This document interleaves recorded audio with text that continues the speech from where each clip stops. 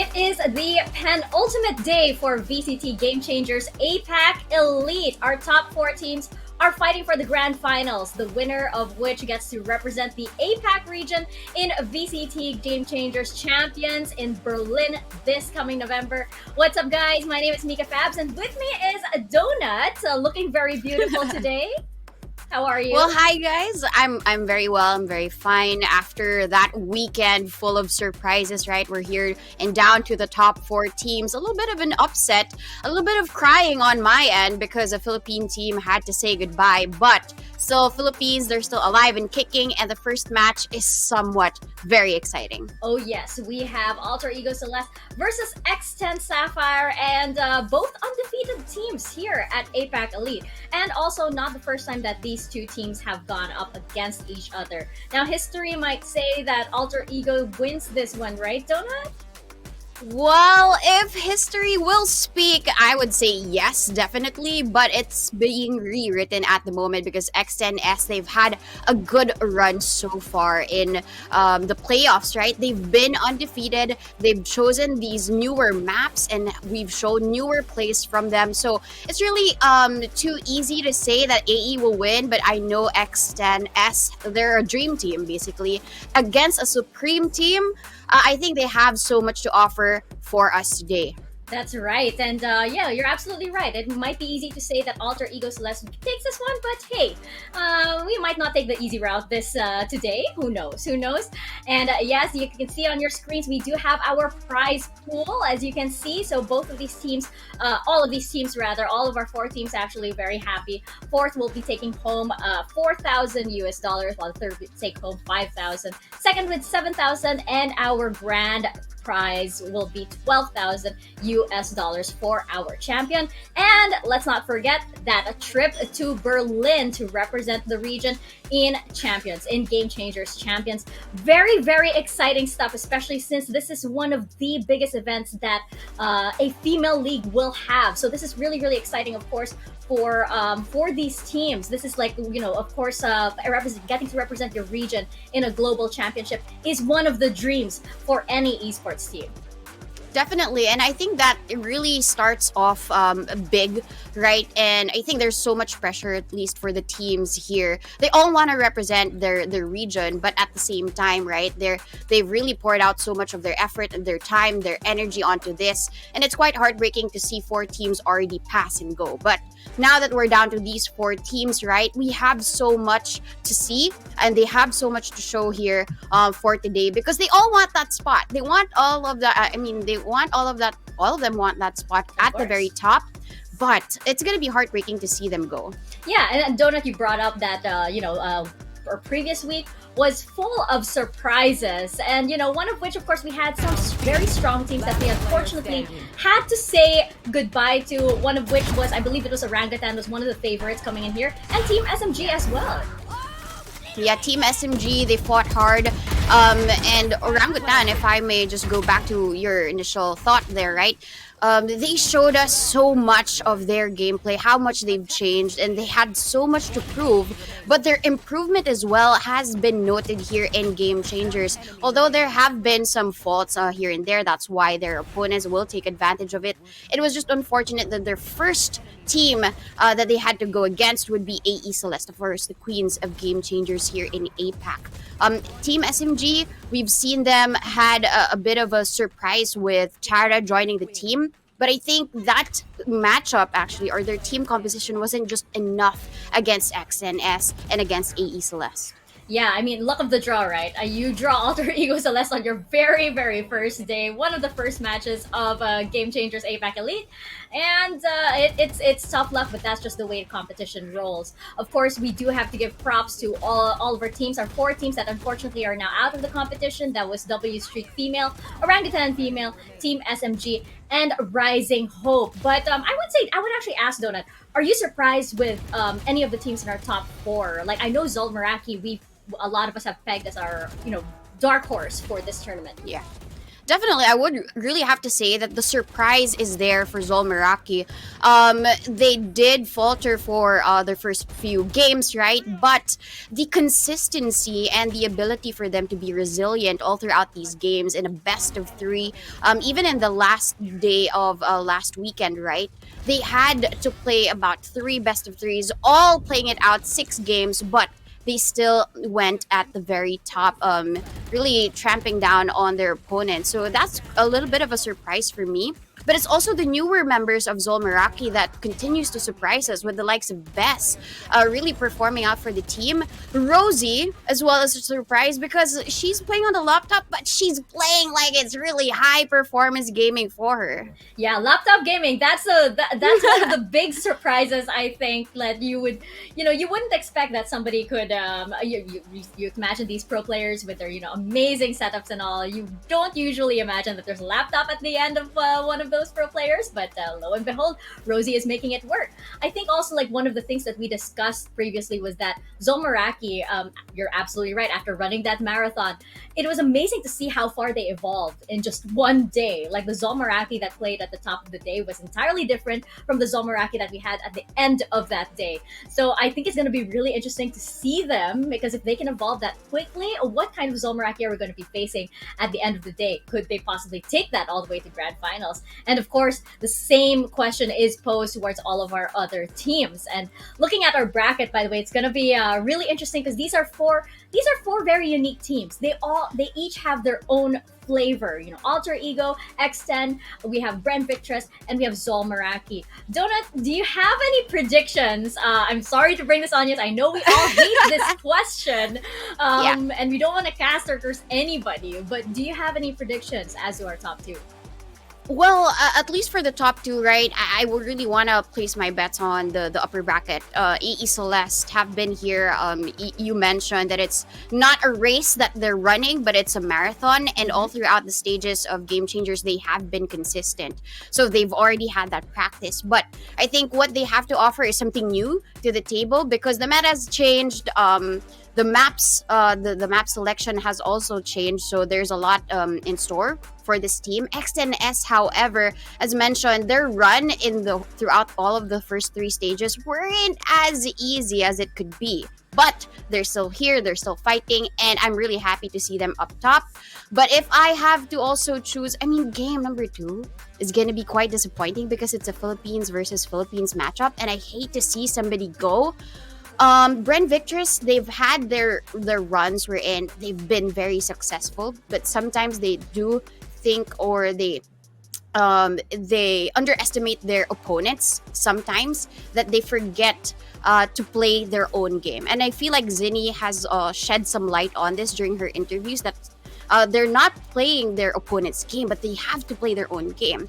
And when they have that mindset, they do shine all throughout best of 3. While for Zol Meraki, while they're a new team, right? They have the likes of Capricious and Miha as staples, but they're newer teams. They have to also create that team bond so that they can actually tramp over their opponents, which is Brent Victress. Exactly. And as you mentioned, all of these 4 teams, it's going to be very interesting to see who makes it to those grand finals. I think everybody's pretty much sold on Alter Ego Celeste. And it's just a question of their opponent, but I don't know. After last week, it could be totally different. And as you saw, we do have 3 best of 3s coming at you for today, beginning with Alter Ego Celeste and X10 Sapphire. There is a lot of firepower between these 2 names, Donut. So I'm very, very excited to kick off our upper bracket. Going back though to the predictions, I do like that. I do like that we have Alter Ego and X10 Sapphire up there. Kind of want to see. I kind of want to lean towards Alter Ego and Brent Victress, maybe. I don't know. I just feel like it would be an interesting story. That might be nice. That might be a little bit nice, but we're gonna see. Alter Ego Celeste and X10 Sapphire definitely bringing a lot to the table, and they definitely deserve our upper bracket final. Let's take a closer look at these rosters to kick off our day.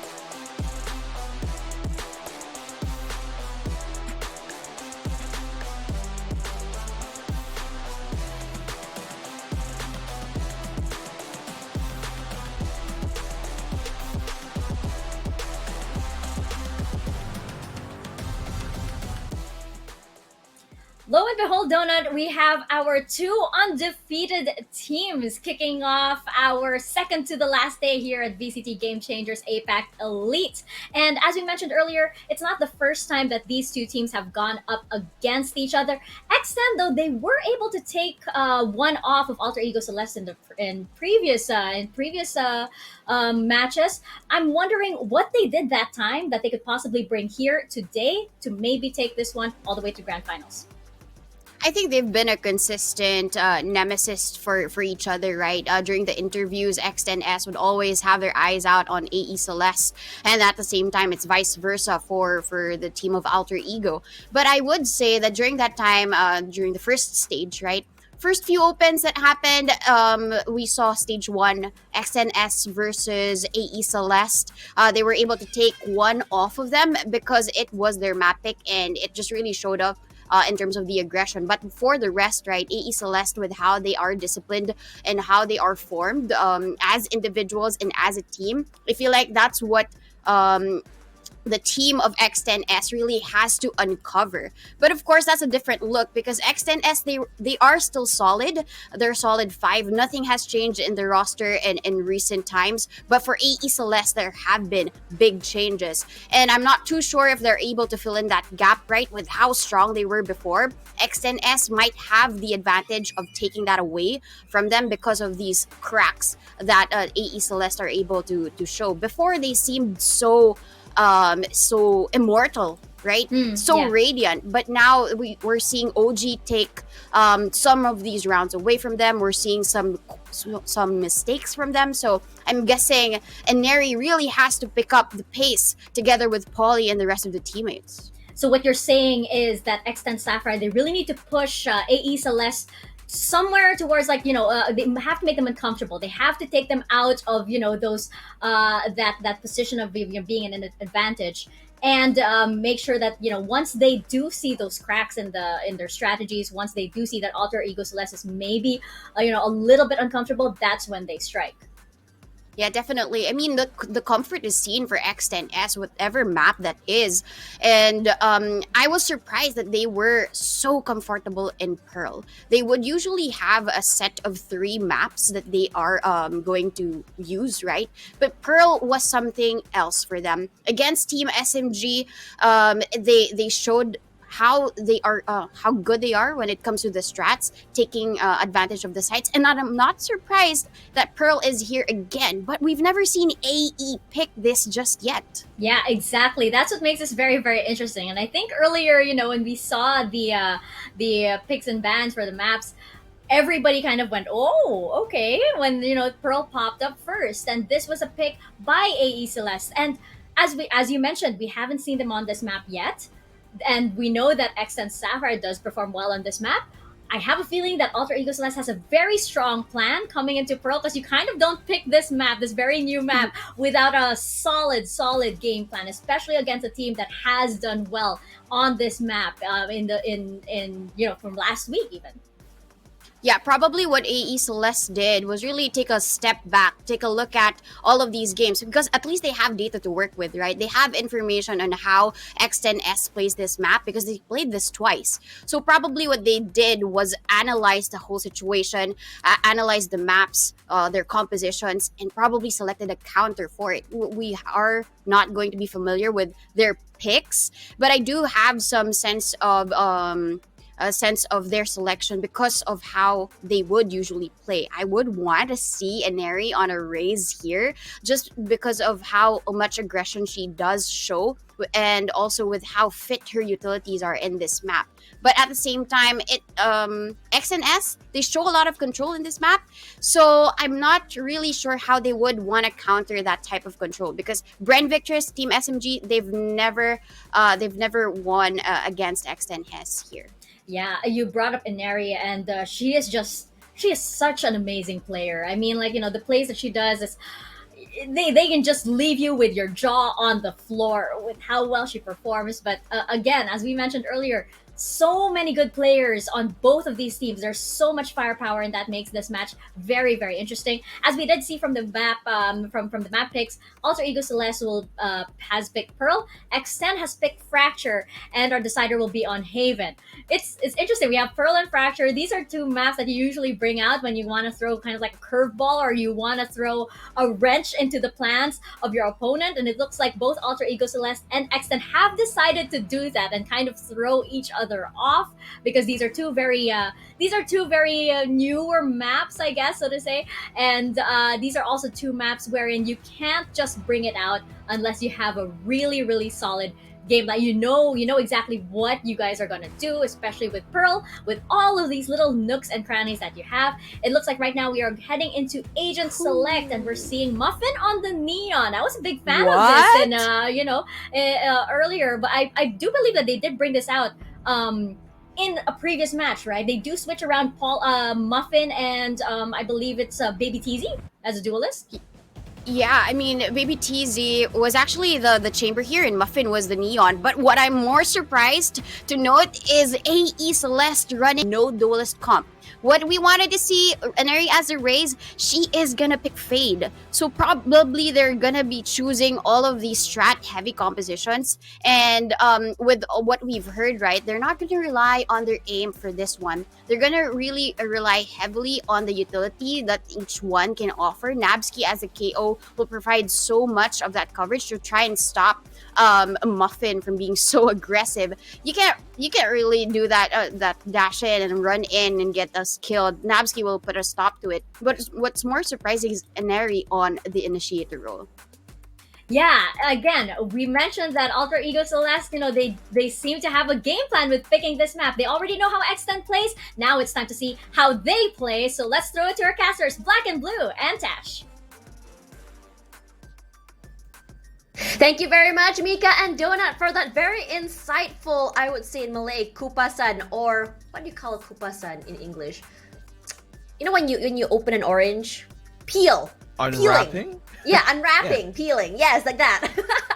But it's me, Tash Bunny, and Black and Blue here on the caster desk with you guys. I'm really excited because it's my first day casting for VCT Game Changers. It's going to be with Nico. Really? Is it your first day today?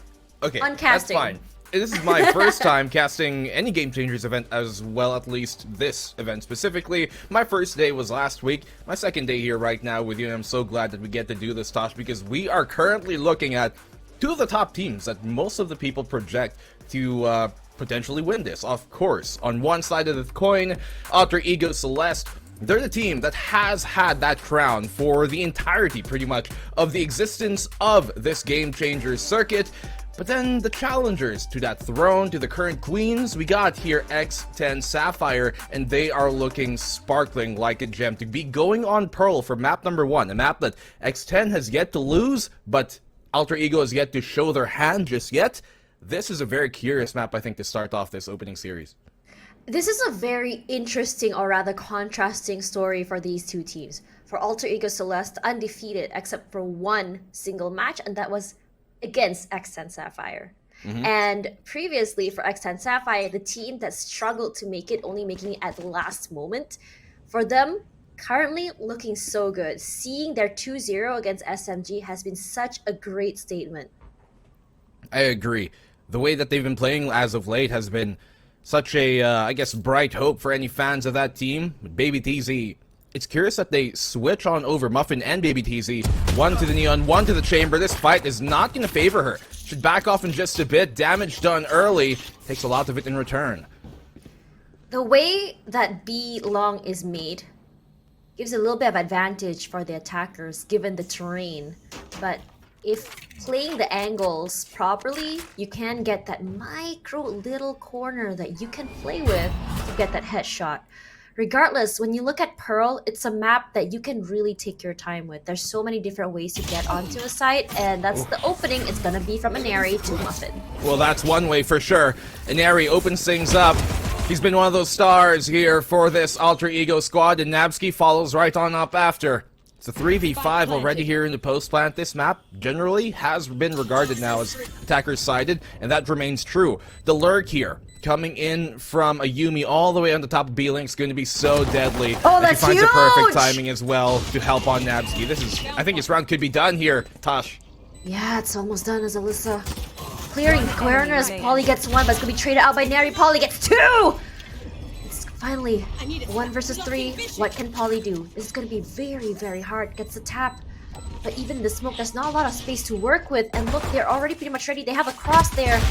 And that's it for round 1, going for AECL. Great opening round here from Alter Ego. Now, we talked about how, and even the panel touched upon this, no one has ever seen Alter Ego Celeste play on Pearl just yet. And to be fair, even though X10 Sapphire they're bringing a very totally new composition. They bring out the double controller this time, which last time around they did not go for that. They went for the Sage instead on Alyssa, and it gives them a different look, but still, there's some things here that will remain true. In Alter Ego, they know that here on the map like this, on a round, the opening pistol round, X10 Sapphire, they love to try and contest early with that chamber and long, then further fall on back, and that just gave them the space they needed to wrap around and take the B-Link. Do you see the pacing coming through here? Even though it's a double controller. We know that Muffin has been pretty good on the Neon. Her speed has been insane, especially for taking sight. But that's on attack. For defense, at least for round 1, we haven't really seen that just yet. But the control that AECL can bring through with the user utils has been pretty crazy. That's really what it does give you, right? In terms of the contrast on having almost any other agent for that fact. Opening, well, really anti-eco round here from Alter Ego should be successful. They have all the advantages to their side, and yeah, Iceberg catching that lurk out towards mid. The rotate's not going to be here to help in time. Alyssa finding one, she gets hers, but that's all she can really find. Here's Muffin. She gets the right click, gets one. Oh. That's a beautiful shot from the Stinger, but can she do more? No, that's not all that she can do. Oh, Polly and Ginny, last 2 versus 2, and this is great for them. Anti-eco is great as they took away most of the specters here. Polly from the backside. I'm not sure if Ayumi did spot her out though, but Ginny is so very low. Pushing at the wrong time might be really detrimental to her, but she is now going to be putting in downstairs. None of them actually going to be hitting Ayumi. Spots out one, gonna go down to Polly. Make it 2! They win the anti-eco! X10S looking very strong. Yeah, that was looking like such a winnable round once it came down to the 2v2. And really, it did come down to Ayumi having to go big there in that 2v2, looking at how Nabsky was already quite low. She had to be the first one to peek, but for her to be left in the 1v2, low HP, that just makes things so much more difficult for her to win on out. And this one pick from Alyssa, this is really what you have to do in these type of rounds when you're on the eco. Find that one before you get traded out. Make sure you guys bring the numbers advantage down. You might not win the opening fight, but you can definitely follow up with a trade. And they're able to isolate those moments in their favor. Great recovery and response here coming from X10 Sapphire. Mental game has been huge for them. Especially if you see how they play, how they take the site. They're so good with those trades, even at a gun disadvantage. They really know how to play with the cards they're dealt, aren't they, Tosh? It's like, okay, it doesn't matter. You guys might have better weapons, but we've got better brains. Absolutely. Losing all those specters, look at that. They're reduced to just nothing but sheriffs and classics. And as for X10, they already frostbought this round. They need to play it very safe, and they're taking their time. Mind you, on both these two opening maps, they're going to be starting, and rather, they're going to be ending the game on the favored half. At least here for X10 Sapphire. They go onto this and end the second half on this attacking side, which is the favored side, and that's really the side you want to close out the map potentially on. Alter Ego Celeste, don't count them out. They might have a bunch of sheriffs and a headhunter that could be more than worth it. Still, Alyssa finds a good opening entry here, and now she cuts off any possible rotations. It's really good positioning from her. Aluka? She does make her presence made, but doesn't get tagged. No 30 follow-up. seconds left. Mary coming through! That shot onto Muffin! So very, very sharp, hitting the mark. And quickly ACL taking on the B site, just like that. The rotations coming through from X10. I think the idea that they have here is just to wait and play together instead of us rushing through one by one. But it's giving enough time for AECL to reposition. Well, it's a really good thing that Baby TZ took this long control early. She's going to be able to bypass this trap, but still doesn't check the corner. Timing works out for Ineri. How So bright good. she has shined these past few rounds. Alyssa finds a follow-up, yes, but this is looking like a very winnable round for Alter Ego Celeste.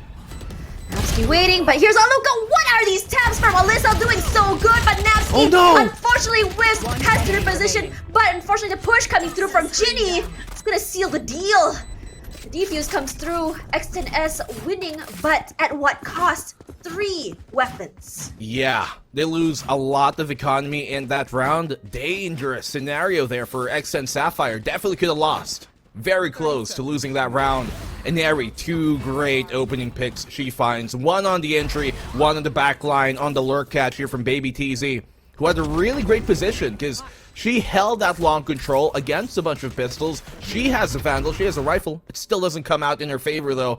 But in the end, they take the round, which is important. The operator coming out now here in Baby TZ. This has to come in big because their economy is not going to favor another loss. I mean, if you look at it that way, Ginny reduced to just a Spectre, but not necessarily a bad thing. You can get value, especially on this map. But if you see, Polly and Alyssa both have their ults. Bring them down. Those ults could be big. And it's good that you talked about that because this is what they can use to try and circumvent the pressure here from Alter Ego Celeste on their attack. They've got the null command to try and deny that from even coming into play if it ever does come down to that situation. Make contact early here towards B-Link. But still, smart for Sapphire not to budge on the rotation just yet. Don't over-rotate early on. They stick to their grounds and make sure that they are keeping all marks checked. Alyssa, good anti-haunt here. Here comes out that null command, and now they need some help because there's no utility to be used. Huge. Really taking it out. It's gonna be Ginny next. Look how fast they're moving together as a 3. The aggression coming through and trusting each other to have their backs. Immediately, the Seas finds nothing, but here's Polly with 1. Not enough to get 2. That's it for them. Baby TZ and Muffin left 2 on 4. Winnable, but they need to play their cards right. Baby TZ, she only has that op, and that utility in the way is making it so hard for her to get that vision. Either she waits it out or pushes is the question. Yeah, she loses those sightlines that would benefit her. And it's just generally hard to retake with an operator, especially when you don't have the player count in your advantage. So, Muffin, if she can find a pick here and bring this to a 3v2, this could be winnable. Find out the position. Yeah, they know now where they both are, pretty much. And they have to concede this. Give up the round, save the op, play to win another. They're just gonna save, which I think it is right to do.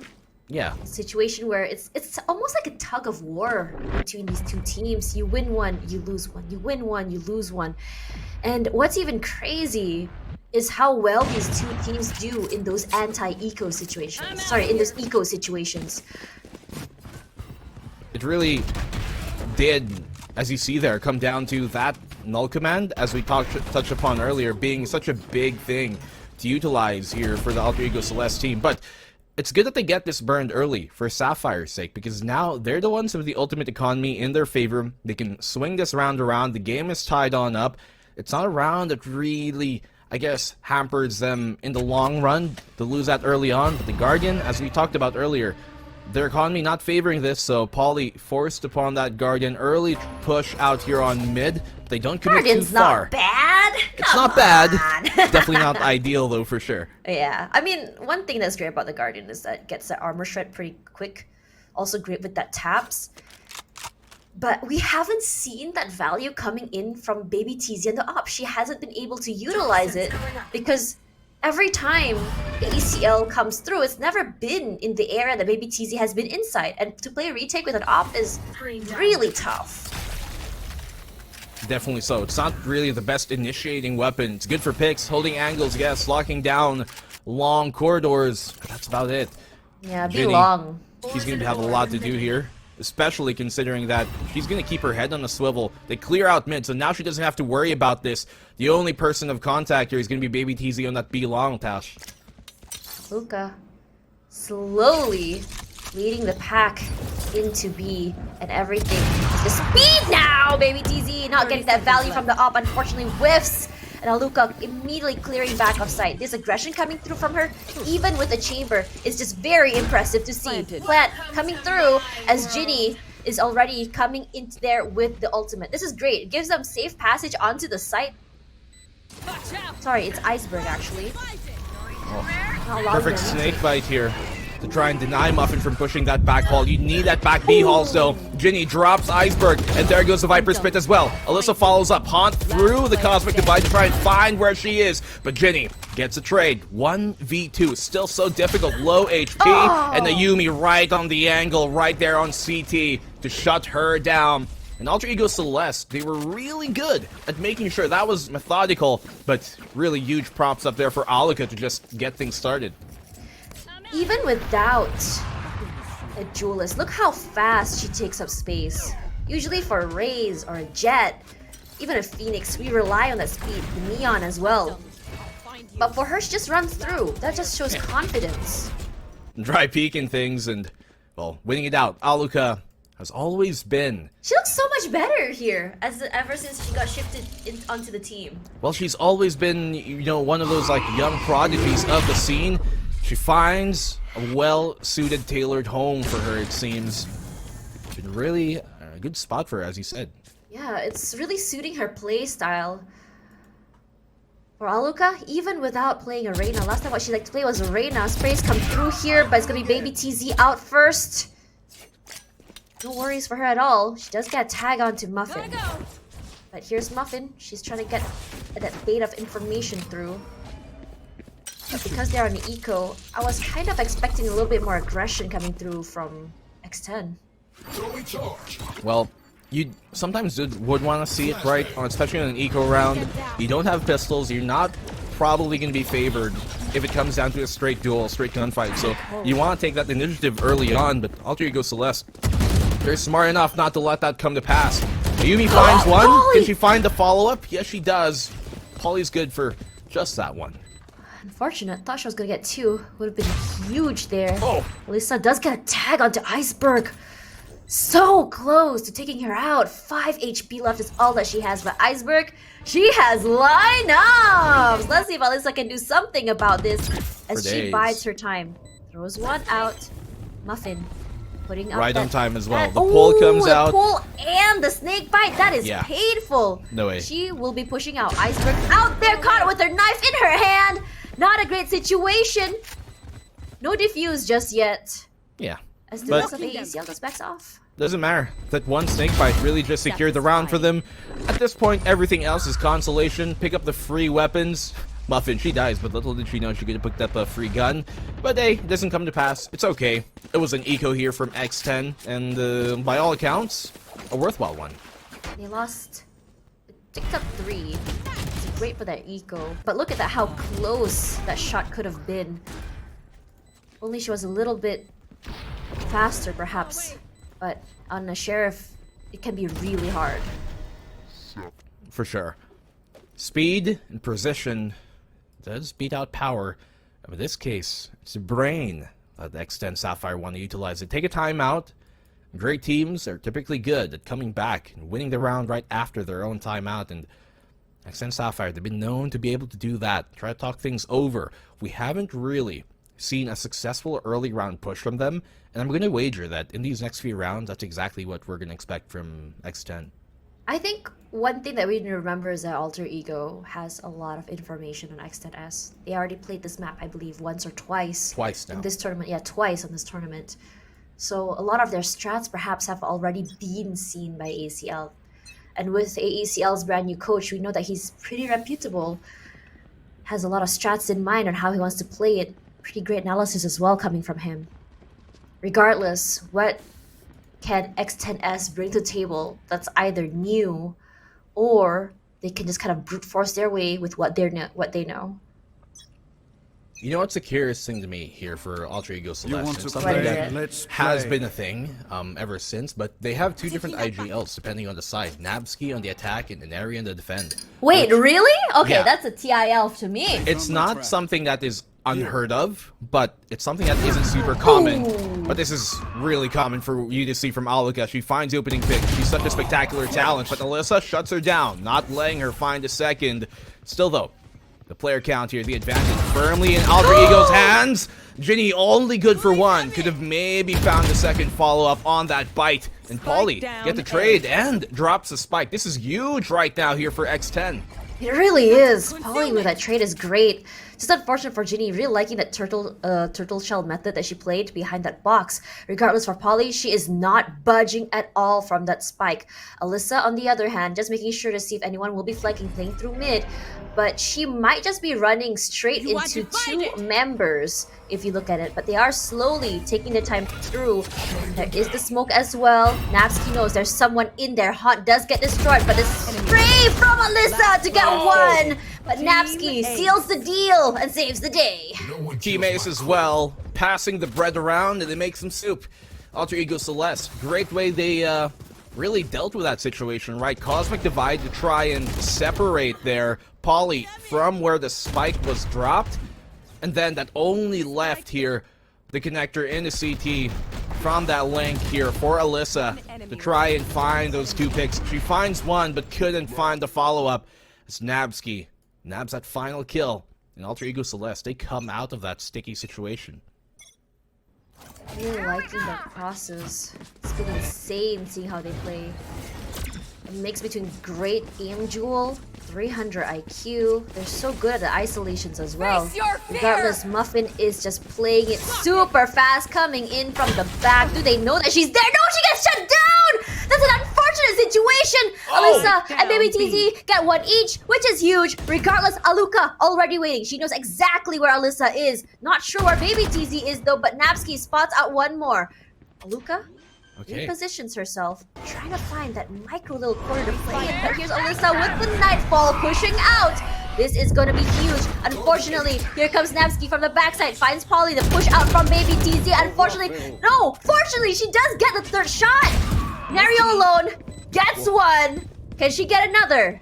It's going to be difficult for them to try and pry open. Ginny, with the mere sheriff here, has to go big. If she can find the timing exactly on where Inari is, this could work on out. But Inari just so on point, knows what to expect. Those snake bites gave her away, and Nabsky follows up as well. Huge round here for Nabsky. The fact that she found those picks towards that B link opened up some space when Alter Ego were looking just so claustrophobic. It's just a little bit unfortunate when you think about it. It's just the positioning. Perhaps they shouldn't have peeked so that they can just buy some time. But you can see that Inari was just so good with that initial first contact. It's so hard to really predict. That was a great flash too from Nabsky, as you saw there. Before Inari, she threw that flash in the sky. As soon as it pops, Inari swings, finds the kill on the Baby TZ, and that was all she wrote. Baby TZ, has to be careful here not to get hit by that 0 point. Dismisses back out to safety, and Aluka finds the opening pick. She has been so deadly, opening up these rounds over and over. The sniper in hand with these ops. Napsky finds a follow-up as well. They're just crumbling here at the seams, X10 Sapphire. And this round is quickly gone into Alter Ego's pocket. Really hoping that mentally X10S can come back from this. They were in such good form. Regardless, Ginny, the final one. She was the only one with the gun. But that's not going to be able to be brought with her to the next round. It's crazy how Alter Ego Celeste here has suddenly swung the pendulum ever more so in their favor. They were already in that favor in the aspect of it. But, I mean, attacking side, typically the more favored side here on Pearl anyways. It's X10 Sapphire, who, once again, they're in eco. They have double eco? What game are we playing? I believe it's called Valorant. Regardless, here comes the smokes through as well, as Aluka will be pushing up. No response yet as both teams try to get a feel of each other, going default, but here in the thick of it, they do spot one out. No casualties just yet, but look at the speed AECL reacts, immediately pushing up right now as the rest of X10S retreat. Well, X10 they know not to overstay their welcome and overextend. They've taken long control, which is something they've shown a real, I guess, insistence of doing. And that commonality is something that Alter Ego could catch on later on. If they do push this B-Link, which it looks like pretty swell for them to do, they find the opening pick once again, and Neri, so great on those. They could get circumvented, but no, they pull back instead. They smoke out the trap, and Baby Teasy, because of that, on the lurk, finds one. They have no idea that along with her is also Polly, which could be big. Baby Teasy finds one, but Polly's been found as well. The lurk here, the roam coming from Alter Ego, just shut down. And Alka from mid, making sure there's nothing else to come as well. Ginny. Yeah, this fight goes her way at the very least, but she's gonna have to find another. Winnable round, but difficult here for X10. This is absolutely insane about how much map control AECL has. Ginny does find Iceberg, regardless, it's gonna be still hard. 2 on 2, getting the equilibrium! Ginny with the 3! Muffin finishes it! And finally X10S comes back! A snake in the grass. Ginny strikes back, as you said, and the empire of Alter Ego in this round crumbles when it seemed so imperative that their empire would stand even longer. They had the weapons advantage. That one pick from Baby Teasy from the back, even though Polly doesn't find a pick, it was enough to shake up the structure here of Alter Ego and allow Ginny to find a pick off of Aluka in mid and continue on forward. What a round here for Ginny. And that pick as well with the operator, big implications it had in the round, and they convert off of it. Neri knows that they are pushing up. Here comes Nightfall as well, just to give some space. But look at the aggression coming through. How many utilities have been used? Fortunately, Neri doesn't get tagged, and suddenly mid-control is slipping from AECL's fingers. They've been quite commonly going for this mid-control, and X10 are, instead of trying to take that fight up front and trying to regain mid-control, they go for the lanes that they know is going to be open anyways. Most of the presence of Alter Egos towards mid, which means that A and B main will have much less presence in them, and that's why they try and take control early on. We see them push up A main, we see them push up towards B long commonly to be able to have that potential back pressure when it ever does come through the links. And Polly's gonna have to go huge here. She's the only anchor on site, and being that smoker, she's gonna have to go big and hold things down. This is huge. They have full control of B site. They do know that Polly is there, just trying to find that angle. They will take their time, waiting for her teammates to come through. But Neri, she doesn't move. Muffin, all she needs is just one thing. Flash does come through, but Polly and Muffin get one. So does Baby easy. The explosive play is looking so good for X10. And you really hits it, but the cross from X10 is so strong. This is a flawless for them. Great round here on the recovery from X10. Small mistake. This gives him huge consequences. The team flasher from Nabsky catching out in Neri allowed Polly to swing off of it and follow up on that frag. We saw actually Polly, she didn't even have to shoot out the haunt because it was a bit too shallowly thrown for Binary, but it gives her away, yes. Still, greatly plays off of the opportunity given here by Alter Ego Celeste, and those small mistakes against a team like X10, they know how to take a mile from those inches. Pulling them in. Flash already out. Muffin gets 2 before finally going down. I am so curious to see what exactly that spray looked like. Regardless, for Alyssa, she gives that space in respect, but they do know that they're at least more advantage in terms of numbers. They have the player count in their favor, yes. The pendulum, it's kind of equalized now. Could swing back around. If X10 take this round and end the half 7-5, they're on a pretty good path to potentially taking this map back towards their favor, especially that they're on the attacking side. But Nabsky makes sure that that doesn't stay in their favor for too long. Alyssa goes down, and that is a lot of the information gathering that X10 rely on taken off the board. Polly, counterpart just over there. You watch it, For time, but here comes the Cosmic Divide as well. It's gonna be great for them. They cut through Viper's Pit, but look at that Ayumi with 1! Neri as well! Plant coming through is only just Ginny. It's gonna be very, very hard. Because you have to cross through that cosmic divide, and you have no clue what's the other side. Oh. Hard to play with audio. Oh, it does go down though. Yeah.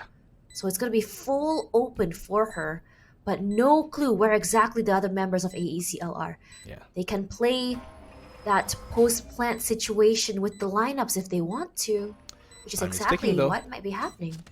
Time's Oh, these ticking. are She's mind going- games. What? She's going way too deep. She hasn't tapped the spike. She knows that there's like 2 stars on this. She has to tap it early because the gravity well is going to pull her off of it, obviously. And now she doesn't have any time. This round conceded. Tried to go for a pick, but Alter Ego Celeste too smart. They play back. She gets that pick, but this round is done. Ayumi secures it just to put the nail in the coffin. And Alter Ego Celeste, a great recovery in those 3v3s, Tosh. 4-8. Not a terrible score to end the mid-round half with. And if you can see how AECL decided to play, without a duelist, they played the pressure game. They played the mind games. How many times did they put in a lot of pressure in the beginning of the site just to kind of play these games of smokes and mirrors to X10S? Definitely so. But we want to hear what the panel has got to say, so we'll come back to you guys in a bit. We mentioned that Alter Ego had a plan today, and boy, they did. When we talk speed donut, we usually imagine teams rushing onto site, and I love what Alter Ego showed, a different kind of speed when it came down to proactiveness and decision-making as a team on a big map like Pearl that saves so much time. Definitely. I think the response is really counter control for them. It's basically isolation for all of their utilities. This big map feels so small when it comes down to their utilities when they use it, and I love how they play their post plants. They don't necessarily use it for control, they just let it go and ensure all of their utilities just work for them. And I love how AE Celeste uses it to their advantage. Even that last round that we saw, right, the 12th round, wherein it was already their advantage, it was a 2v1, but they don't really want to let Ginny clutch it out, and they just used all of their utilities. The stars just aligned for them. And I feel like it's also the amount of control that they're able to get on the map. With Aloka getting all of those first few kills as the chamber, just really goes to show you don't really need a duelist. We do have our own players to do it for us. Yeah, and it's very surprising given that they were on attack. Now that they're going over to defense, it's going to be so interesting. I mean, like, I love also the way that they're able to gather information, especially on Pro, where there's so many places for your team to hide. I think it was like round 9 or round 10 where they didn't even, Alter Ego at least, didn't even begin to rotate just yet, but they managed to take down 4 on the side of X10 Sapphire, leaving, they could just walk onto the side and skip on over to the side even because they already knew that the round was very much in their favor. I do have to say though, Baby Teasy on the op doesn't seem to be working out as well as we'd hope. Hopefully it changes when we flip sides. Definitely. I think it was also the amount of pressure that is onto them. The first round that X10S was able to get was something unexpected. I think the first 3 rounds defined how this will go. As mentioned by Tash, it's going to be a tug of war. And we saw that in the first few ones. But AE Celeste, they just really drew their power from it, pulling it away from X10S further. And I really have to give it back to how they are playing the map. They are so controlled. They are so disciplined. They know their power positions, and they just let it flow on depending on they want it to do to go. But now they're on the defense. I feel like it's gonna be harder because of all of the utilities that they have for the retakes. They have the prowlers, they have the haunts, and even the flashes from the KO. So X10, as they have to control the site, if their response is control, they have to really bring it further. Let's see if they can bring it further. Let's toss it back to our casters for the second half.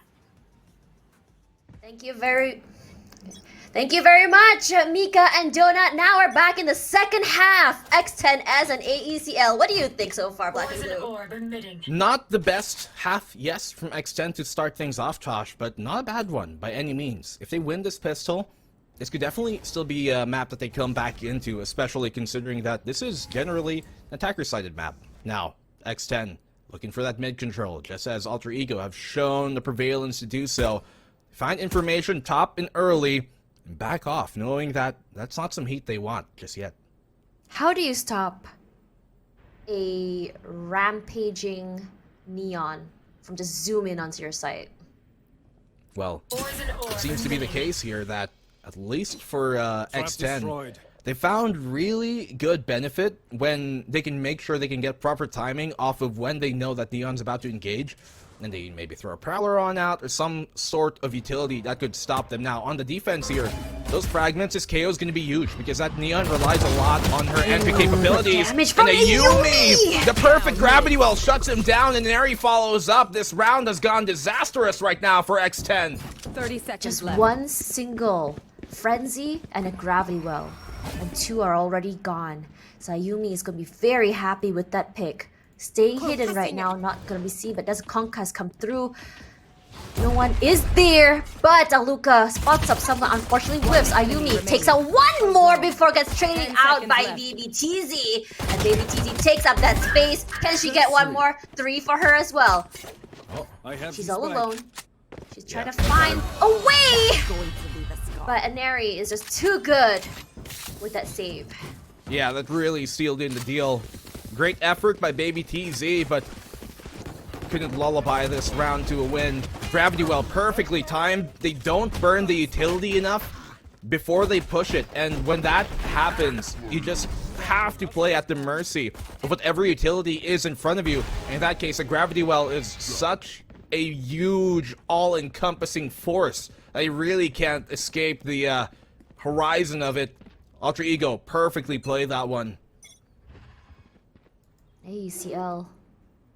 Not sure if this is their counter to what they saw on what they've learned from X10S, or this is something they've been practicing for a long time because their executions have been flawless. But some rounds, though, have been pretty close. Blocking vision. Some early damage done, but look at this. X10. They want to go on the aggressive early on, especially on the attacking side here, but it's simply Right just there. not going to work. Alter Ego, too prepared to shut that down. 2 players go down here on X10's side, trying to go through that link, through the arc, but they're going to get painted red. Spike And Neri down just A. shuts him down, Tosh. That is just insane how much space they take up. Despite having a Neon, they're just too clumped up together. Polly, last person alive, gets the tag, but it's not enough to do anything. As AECL found their momentum, just mowing through. Yeah, Alter Ego Celeste here. So on point on these rounds, making sure that they don't give up this anti-eco the same way they did on the opening half, where things were turned around by X10 Sapphire. But you can see now why they chose Pearl, looking so confident on this, their first time playing this map officially, and they already have a game plan here. Now is where it gets rough. If X10, with this bonus, can recover mentally to gain their momentum, and this is good. I think at 10, you want to make that comeback if possible. You don't want to go all the way till 12 before finally recovering, because then you don't have enough space to make mistakes, and that's the first mistake from Aluka. 3 different areas covered by X10. That's how you want to do it, but Napsky takes the damage from the snake bite, gets enemy 1, and Area gets 2. Maybe TZ and Polly get 1 each. It's a bloodbath here over the mid side. A complete brawl out we see towards mid. Baby TZ, she's left alone once again, this time in a 1v2. Not unwinnable for her, planted. but Iceberg, she finds at least good damage. Napsky can make this happen. Napsky already low, so she has to be careful, but still, she should be the one making that first contact. She finds out where she is. Perfect pop flash, and just secures a round. Alter Ego Celeste, they come out of this on top. And X10, they look completely lost in the haze that Alter Ego Celeste has brought upon them. It's actually insane how they're able to do that. Pop flash, swing out, immediately knows where exactly she is. Because if you're, I'm not really sure just now, but I don't think her knife actually picked up where Baby TZ was. It's good enough, I guess. Information, lack of information could be information in and of itself. In that case, it almost turned out to be. Napsky, how did she win that fight? Even within the snake bite, doesn't matter. Takes She down the King tanked it Cobra. like a boss! Yeah, no problem at all for her. And X10, second time out of the game, called early once more. I don't know whether it's early or late at this point, because the pace of this game is insane. It's so fast when you think about it. it just felt like we just started. That's how fast AECL has. The double controller looking so good for them, especially establishing that that mid-map dominance. They don't even care about main. Well, you see the double controller as well on X10 Sapphire. They tried to do something different as compared to the previous attempts that we've seen them play actually pretty well here on Pearl. They went with a very different composition, right? They still had the double controller, yes, but it was a change-up on who was playing what, with Muffin being on that chamber instead, and Baby Teasy being the one on the Neon. And I'm curious that they switched things up at this time, maybe trying to give a very different look just a bit. Maybe they felt a bit more confident having that switch-up, but it did seem a bit more coherent versus the other teams that they played on. That was SMG and Bren when they switched their roles. But I guess it does come down to comfortability, and in this case, they are playing Alter Ego, who are just, you know, the queens of the Game Changer circuit.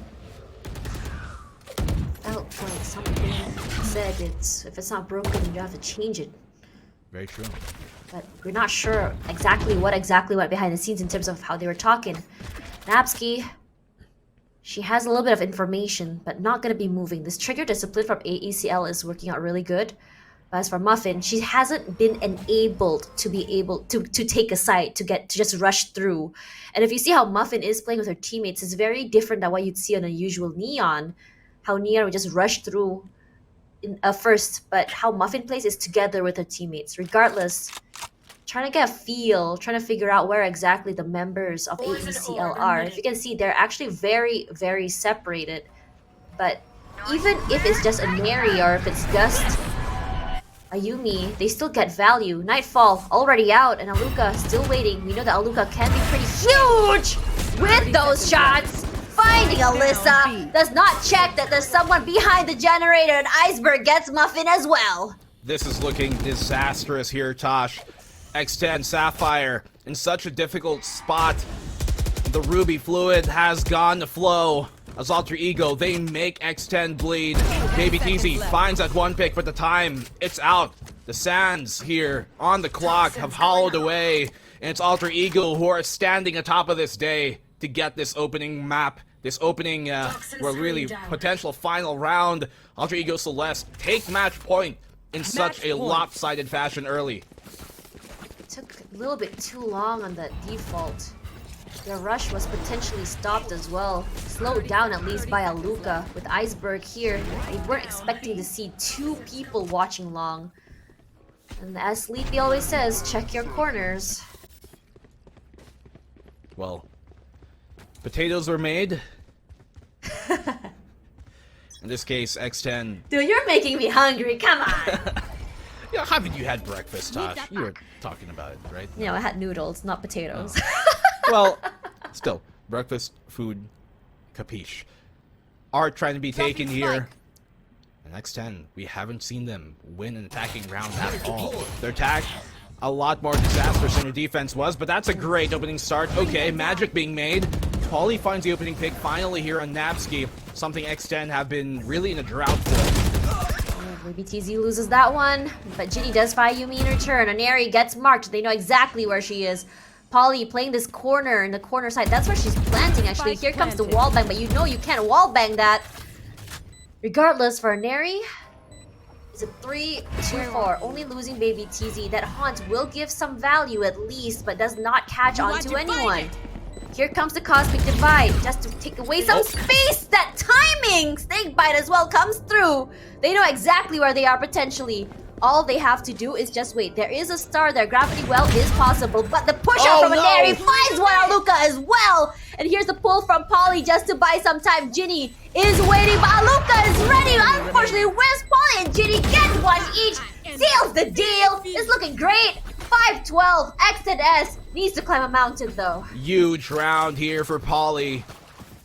Everest has never looked so deadly, so daunting as how tall the Titan stands. That is Alter Ego. But we've been really, I guess, accustomed to seeing X10 try and scale over these heights, try and really overcome their differences. Alter Ego They've been really good on those rounds. All this looks so dangerous, even though they do not have the man advantage. Still, it's a very tall hill to climb, as you said, Tosh. So there's many more rounds to go here for X10.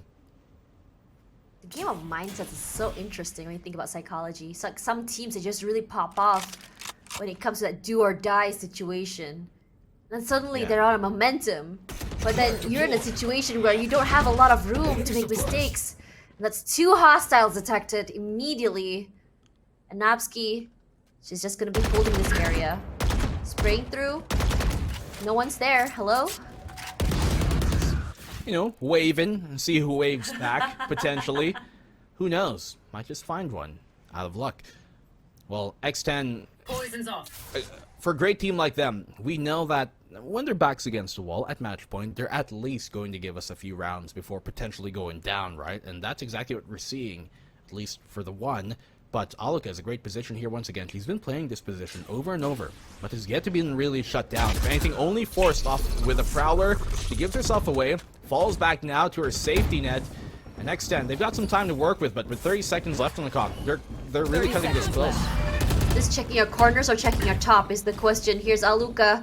This is a very deadly wall because you can't really see anything. You can't really look up, but gonna be saved by that Viper's Pit, and suddenly you see nothing below. There's also that overdrive as well, and you see Napsky, Alluka, Iceberg, 1 each, doing so good. 1 Viper's Pit, 1 Byworld, as Byworld Cosmic Divide comes through as well, and suddenly Polly is not there at all. Not even near the spike, and that's it. The end. Round 1 off Pearl, going to X10S. Sorry, to AECL. Yeah, don't worry.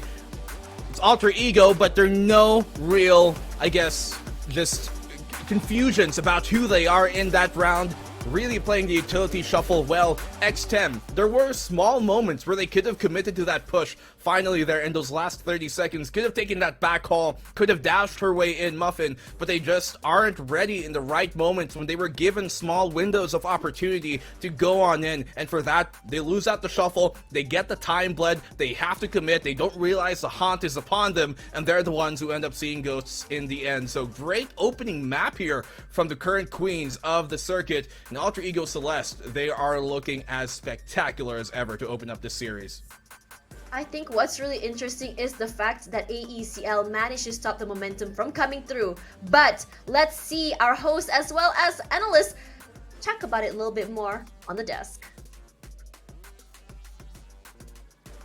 Thank you, Tash. And there you have it. Alter Ego Celeste takes Pearl and takes map 1. I have to say, Donut, I think that they're well on their way to continuing their undefeated run here, and I don't think anybody ever doubts the power behind Alter Ego Celeste. X10 though, I'm a bit surprised. They seemed a little scared, especially in this second half, or at least it seemed like they were doubting themselves. Yeah, it wasn't the same look that we saw them take on Brand Victress or at Team SMG in this specific map. They were so quick during those fights, but here they seem to slow down even if their composition was really built to take these so fast. And what we expected during the first half was an okay map, as mentioned by Black and Blue. A 7-5 or an 8-4 would be okay, but when the sides have been switched, it could be a new look for X10S, but we didn't see that anyway. The holds of AE Celeste were just magical. Every time there would be an action from X10S, a response, immediate ones from AE Celeste, just really bring down X10S down to their tracks. Even if there are some strategies for X10S, he has to take those sites. They just get sprayed down by Ineri. Ineri just throws in the haunt, identifies them, even if they're covered in the middle of a Viper's Pit. Just perfect use of utility. Exactly. It's I speaking of the utility, I really love the teamwork between Iceberg and Ayumi. You just had purple and green all around covering, and how is X10S going to be able to get on the side when you have all of these stars all over around, and then you have the snake bites coming at you. It was just perfect use of utility here on the side of Alter Ego Celeste, and I think we weren't doubting that at all, especially knowing that they had no duelists. I love how they were able to just keep their cool here. Alter Ego Celeste, they knew that they had the advantage on defense, and they knew that all they had to do was just wait for X10S to play into them. They just had to wait, stay calm, and just hide into their holes and just wait for them to play in. On the side of X10S, they had the Fade and they had the Neon. I wish there was a little bit more teamwork between these two to be able to take that aggression to another level, because I think that was what would maybe have thrown Alter Ego Celeste off, because they were prepared to play a little slowly. They were prepared. They probably were prepared for the aggression as well, but I think that maybe they just explored a few rounds to kind of like throw them off or throw off the pacing of Alter Ego Celeste a little bit. Maybe they would have had rounds swing in their favor. Yeah, I think X10S, their major enemy wasn't necessarily themselves, but it was the silence. Whenever there were just pure silence from AE Celeste, they did not know what to do. They had no response, and whenever they would take it, they would make noise, and the noise was taken against them, basically, by AE Celeste. And at this point, right, when we're talking about Pearl, the amount of control AE Celeste was able to offer was just because of their sheer positions in the map. Whenever there would be rotation, someone would cover for them. It's like covering their post. Okay, let's not let go of mid. Let's just let go of A when we defend, but just make sure that they don't really fall through the cracks and get us one by one. And that was a great response from AE Celeste. Yeah, and falling one by one is unfortunately exactly what happened to X10S. We saw so many times wherein, just one by one, they would get caught off guard. We saw them making, mistakes that shouldn't have been happening, like, checking the corners, as Tash mentioned, that Sleepy mentioned, that same thing. But I hope going into our second map, they can bring it back. This is going to be their map pick, which will be Fracture, but it's a map that, pretty much like Pearl, relies on that kind of like, back and forth tug of war, throwing your other team off. We're going to see if they can take that after this quick break, because to X10S, they need that morale boost. They need a little bit of a breather to kind of rein things back in. They're going to get that, and we're going to see if they can come back stronger. Alter Ego Celeste, looking like they want to hold on to that power and undefeated streak. We're going to take a quick break and see how this resolves after a few minutes. Don't go anywhere. We'll be right back.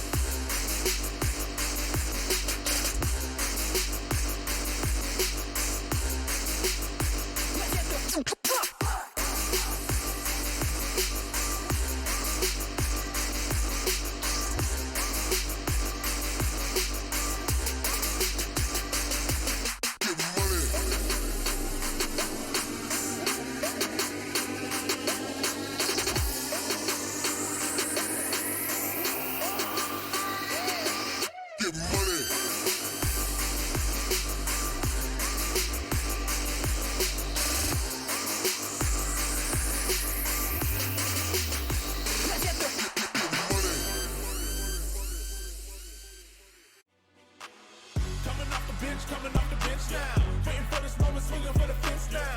Coming off the bench, coming off the bench now. Gotta get up, cause we about to get down. Coming off the bench, coming off the bench now. Waiting for this moment, swinging for the fence now. Coming off the bench, coming off the bench now. Gotta get up, cause we about to get down.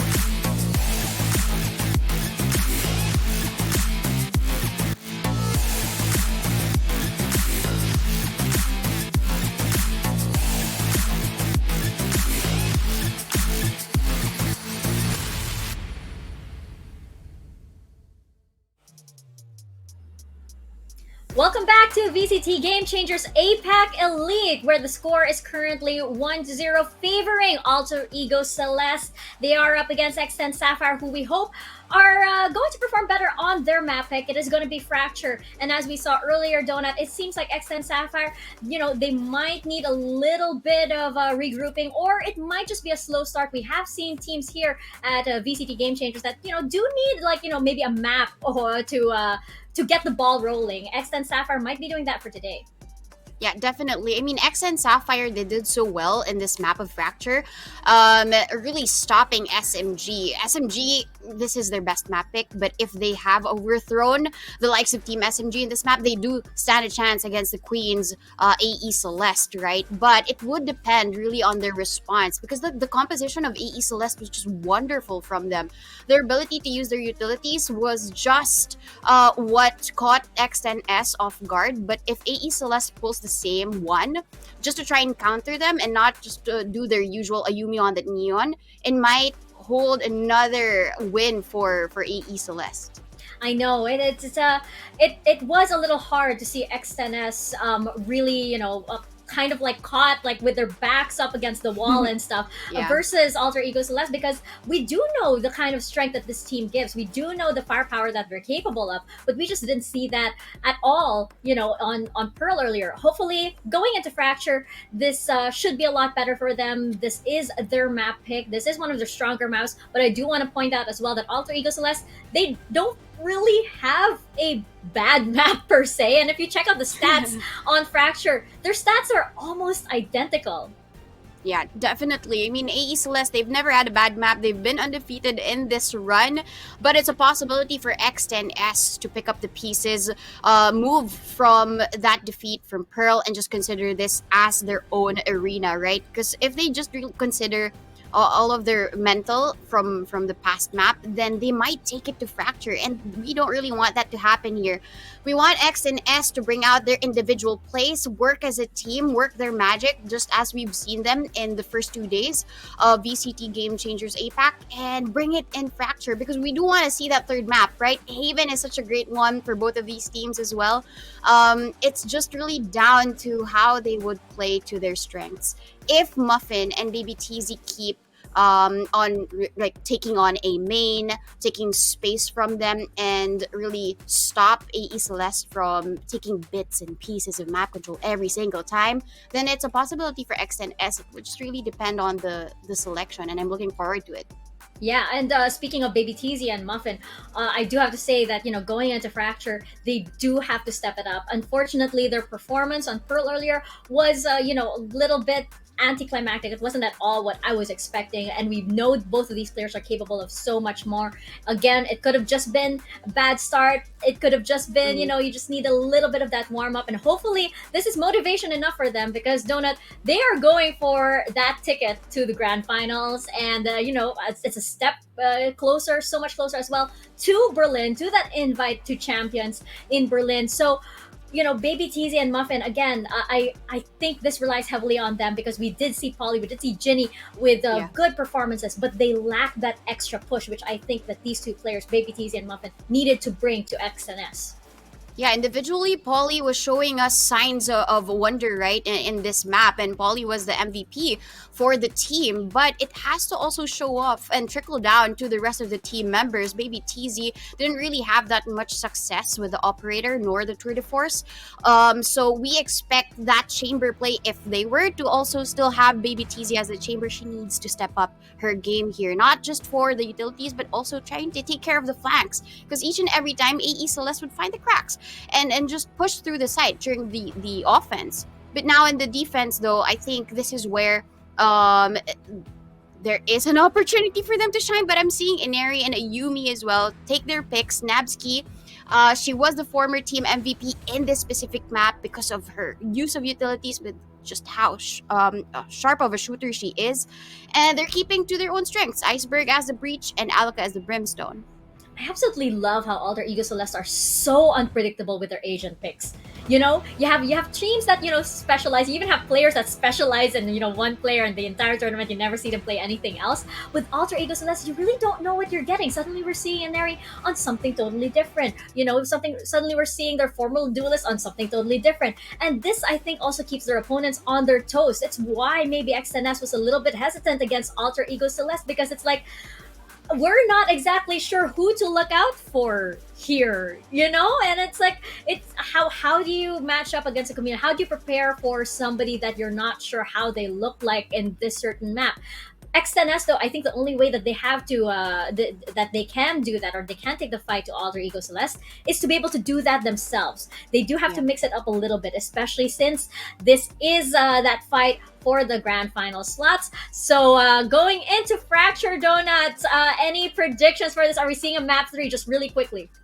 No predictions, but I do want to see Ginny shine as that breach, and as well as Illicit to use that Sage efficiently. So I'm really hoping that X10 will show us a good time here in Fracture. But anything else, I think AE Celeste are very comfortable with their picks. I think we're having a good time regardless. Let's toss it over to our casters, Black and Blue and Tash, for our second map. Well, we're back here once more with another bout between these two queens of the APAC scene. I'm Black and Blue. With me is Tosh Bunny, and we're hopping on over to map number 2. Tosh, map number 1. That was the pick here of Alter Ego, and they were able to win it. Now we're coming on to X10's pick, coming on for Fracture. What can we expect? What do you think? This is a very, very interesting situation. I feel like that pick for Pearl was sort of like a I'll show you how exactly we can counter you. Now coming into Fracture, you can see a very similar sort of theme in these two maps here. Lurk heavy from both sides, small yet big at the same time, rotational heavy. And given the fact that Alter Ego Celeste is comfortable to switch it up again, is showing us how they are perfectly able to understand their role in multiple different agents, regardless of what they play. So it's hard to really pinpoint what exactly the play can be from each from Alter Ego. Well, we're going on to Fracture now. A map that has been good here for Alter Ego. It's a pick of X10 Sapphire, but historically, mind you guys, Fracture has been the most successful map X10 Sapphire has against Alter Ego Celeste. The last 2 times they played on Fracture against each other, X10 took away the win, and one of those in quite dominating fashion as well, 6-13. So really strong performances in the past for X10 Sapphire, but third time could be the charm here for Alter Ego Celeste as they start on the defensive side. And we're looking here at the old Fracture, by the way, not the new one. So that arcade still looking a bit more claustrophobic. Doesn't dissuade X10 from taking it though. X10 is very, very familiar with this map. Very at home, but Mary already waiting. What is that headshot immediately? Look at how fast X10 already into the site, despite losing one. Gets Inari regardless, and they have full control of the site. Catches are out, even mid-phase. Polly has a lot to do here. She finds 3. Realizes, okay, the main push is coming from B main. We have to take control somewhere else. The Sage Barrier is going to give him a bit more holding power, but Alyssa on that swing wins out the fight against Nabsky, taking great control. on the fight. Ayumi, though, barely edges out, still able to stay alive, but does go down eventually. Ginny, great shot. She has a flash here to try and recontest. The 4v2 not going to work out for Alter Ego because they've been found on out. Aluka finds the one, finds a follow-up, but does only get the dig. No real kills. It's down now here to the 1v2. She finds Alyssa, but she's trapped in the corner as X10 Sapphire, they open up with a pistol. So good. How explosive their reaction was. Although, it's as though having one person pushing up from main was just a distraction, and over from the other side, explosively, you see Muffin just push up as the Neon. She still just, gets that kill off of Veneri, who's ready with Oh, sorry, the it's Baby shorty. TZ, not Muffin. They switched up again. Oh, they did. You are right.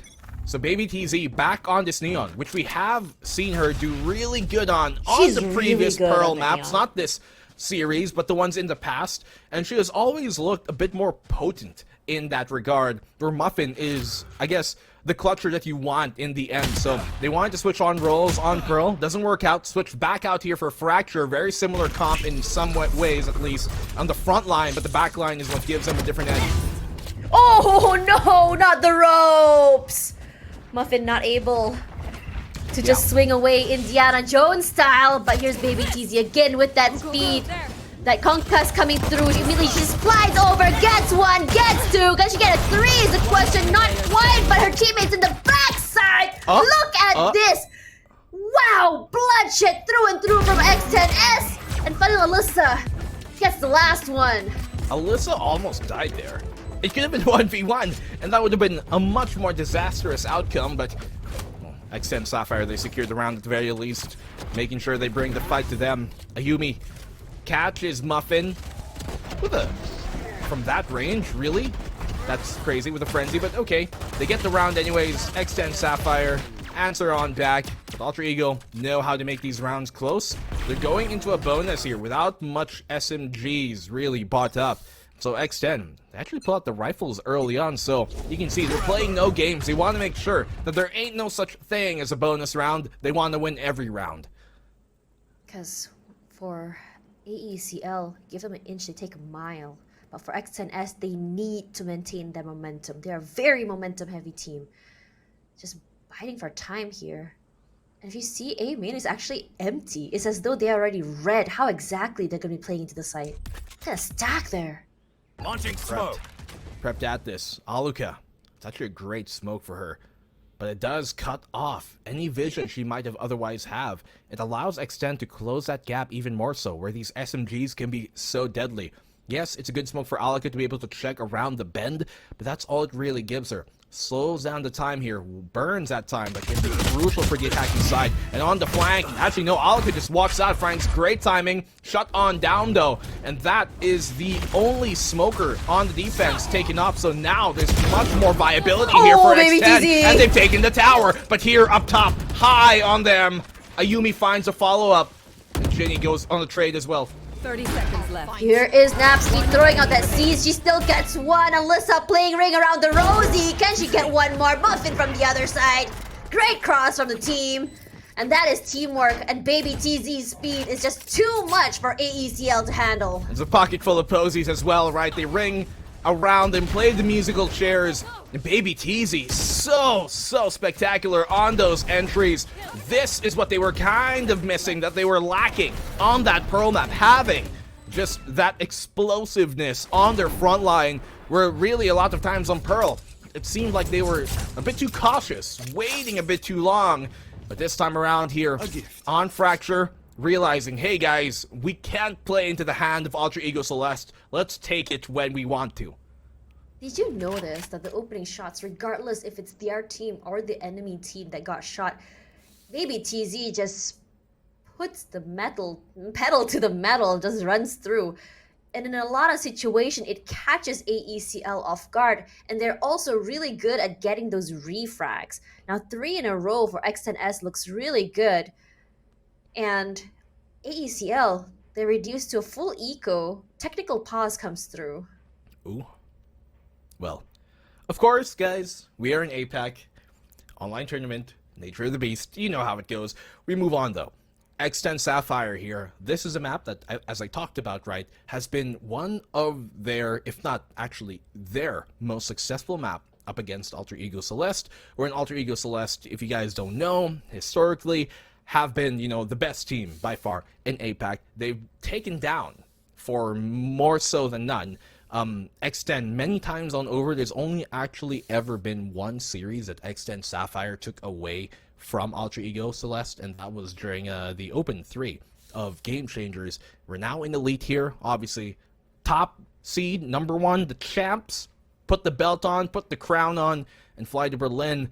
That's something that both of these teams, they're at the top of the projections to be able to make that happen for either side. And by all means, both of these teams currently coming into this week, they each have 2 of the top 5 players in terms of rating coming into this week. For X10, they've got, you know, a lot of that in their pocket. You look at a player like Baby TZ and Muffin, who are, you know, outstanding performers. And on Alter Ego Celeste, you look at Inari and Ayumi, who are also great, especially Inari, who have really kind of cemented herself as one of, if not the best player right now in the Game Changer circuit for APAC. And it's been such a huge run for Alter Ego in this past 2 years, but it all comes down to this, Tosh. If they can close it out here in Elite.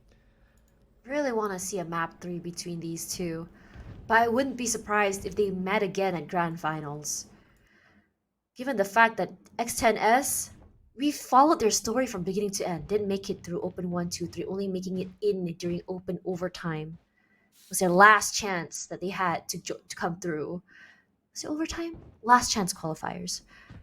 So making it in the last possible moment, they have a lot of pressure on their shoulders, wanting to show that their Empire X10 is still stronger than ever, wanting to show that they're not discounted out as one of the top teams here in APAC.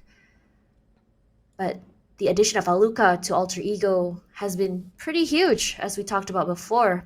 Really good at the holds on chamber. Her shots have been extremely great, and she's really good at those first contact.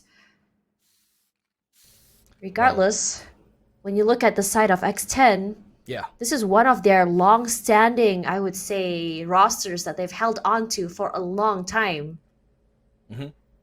Definitely so. I mean, it's very rightfully made, right? You're gonna have to look at my ugly mug for a while, but Tasha's very prettified face today.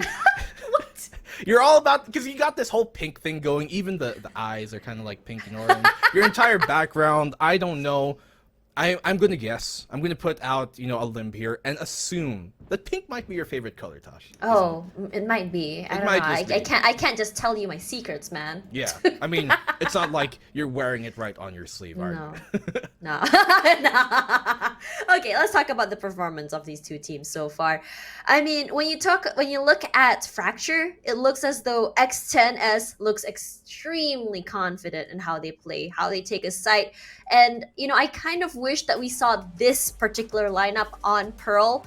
Putting Baby TZ on the Neon would have been a lot more explosive, I feel, compared to Muffin. Muffin felt a little bit more hesitant. She took her time walking in with the team, as opposed to Baby TZ, who's just like, I don't care about anyone. I'm going in right now. You guys are going to come in with me. Yeah, this is really just, I think, the shakeup that they need, right? We were talking about how on Pearl, and you touched upon it, like they were kind of a bit too hesitant, and they were really holding themselves back. Sometimes your biggest enemy is yourself. It's within you. And that just came to pass, right? We saw so many great performances on Pearl from this team when they had Muffin be the one who was on that chamber and Baby TZ be the one on that Neon. And they switch on back now here for Fracture, rightfully so. They look better, much more confident than they did on Pearl. But it's going to be really important for them. Obviously, this map, it doesn't go their way. They needed that Fracture to go their way, because when you're the underdog, you need that map number 1. And especially looking at the decider here, Tosh,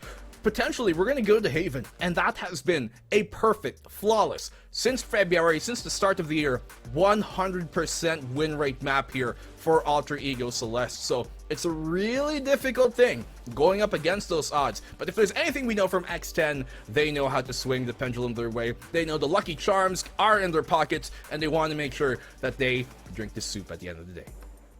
Where did soup come from? Because, you know, Lucky Charms cereal. Oh, is you like, mean the milk? yeah, breakfast soup, right? I'm gonna call it breakfast soup. Is cereal soup? That is the real question here. I want to hear Yeah, your Chad, thoughts. please, don't say it's soup. No, I don't know why I'm getting this ache from it, man. How about you, Okay. Tosh? Do you think cereal is soup? No. No? Okay. Some people might digress. The milk could be the broth. Who knows? I'm just trying to get you hungry. Yeah, you are hungry. Okay, I just want to say that for X10S, they are a team that's reliant on momentum, and AECL is a team that's good for cutting off momentum. And you know what's I'm really worried about right now? Now that X10S has had 3 in a row, and then this tech pause is, I would say, pretty long. What do you think I mean, is a way to maintain that momentum going back into the game?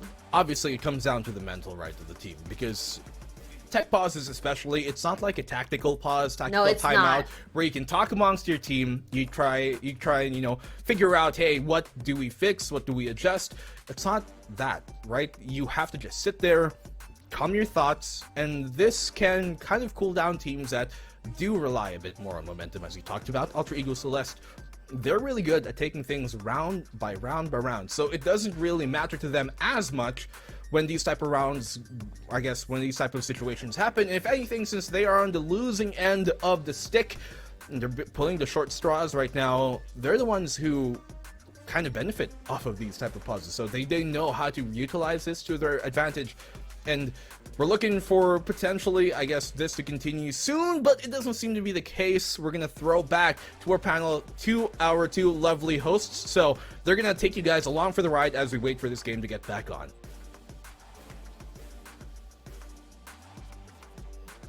Surprise! Surprise! It is us! And I just want to say, okay, black and blue cereal is not soup.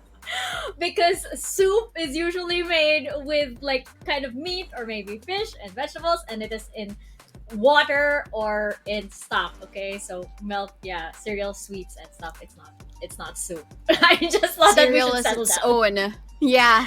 Cereal is cereal. Okay, I just thought that we should bring that discussion over here. It's very important to VCT game changers apparently.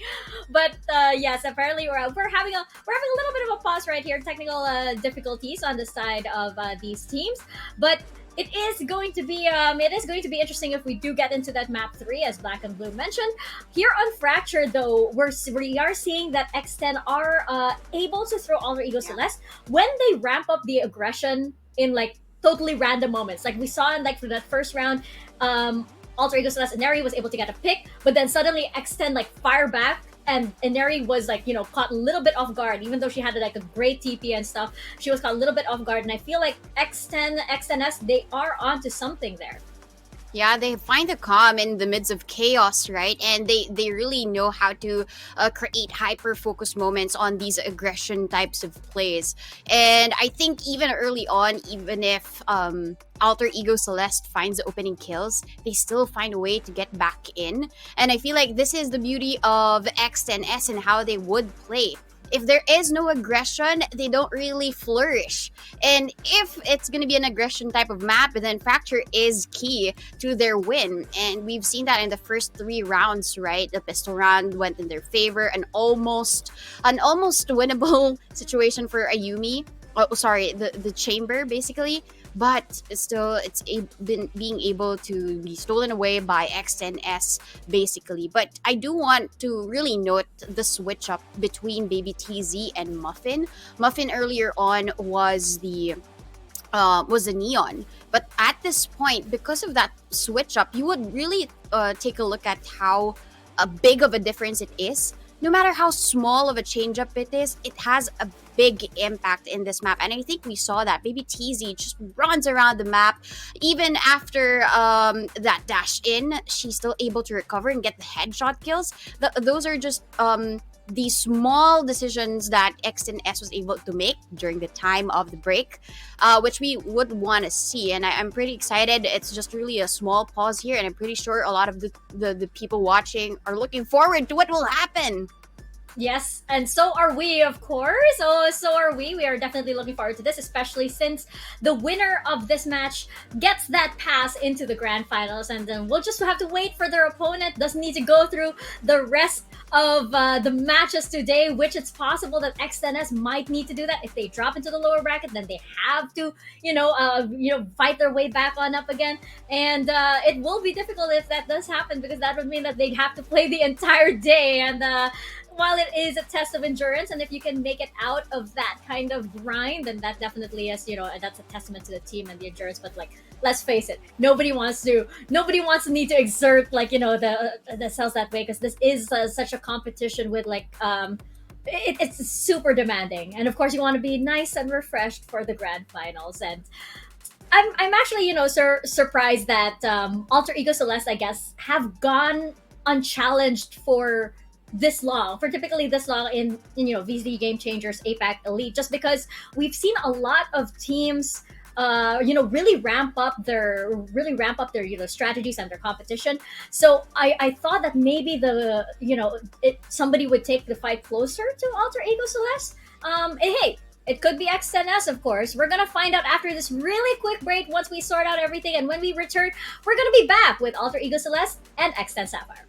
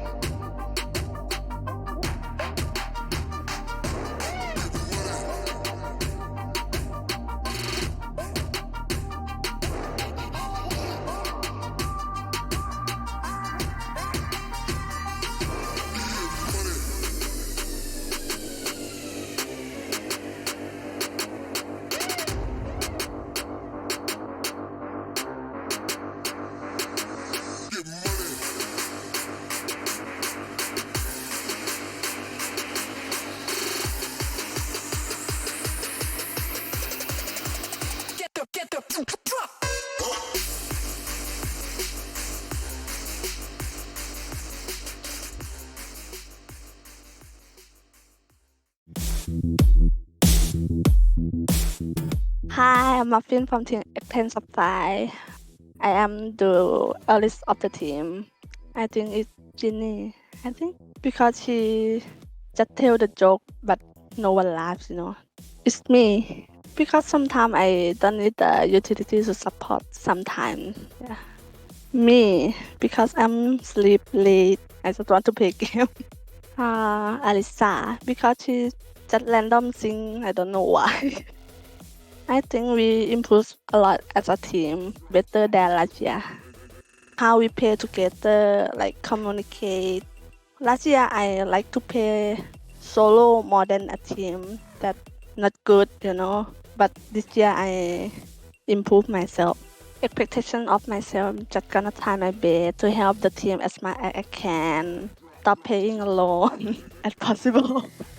For the team, our goal is to win and to go to the world champion.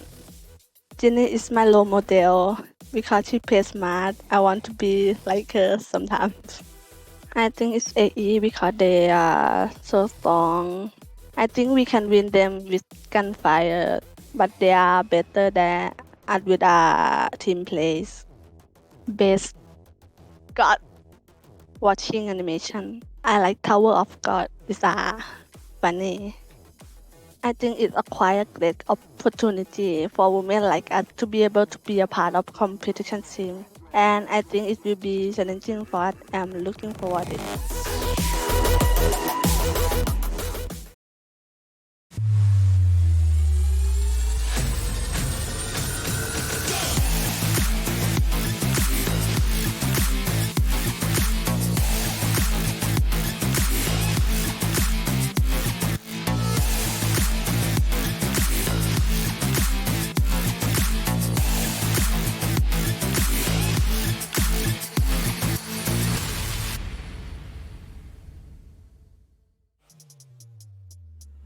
Welcome back to VCT Game Changers APAC Elite. You're here with us, Mika Fabs and Donut with me here on our virtual panel desk. We are in the middle right now of map 2 before we paused for some technical difficulties. And X10 Sapphire, it looks like, have gotten their groove back. It seems like their map pick Fracture works well for them, especially since they did suffer in Pearl, and it was a little bit of a disappointing performance. But it seems like they have gotten back, that rhythm and that momentum for Fracture, Donut.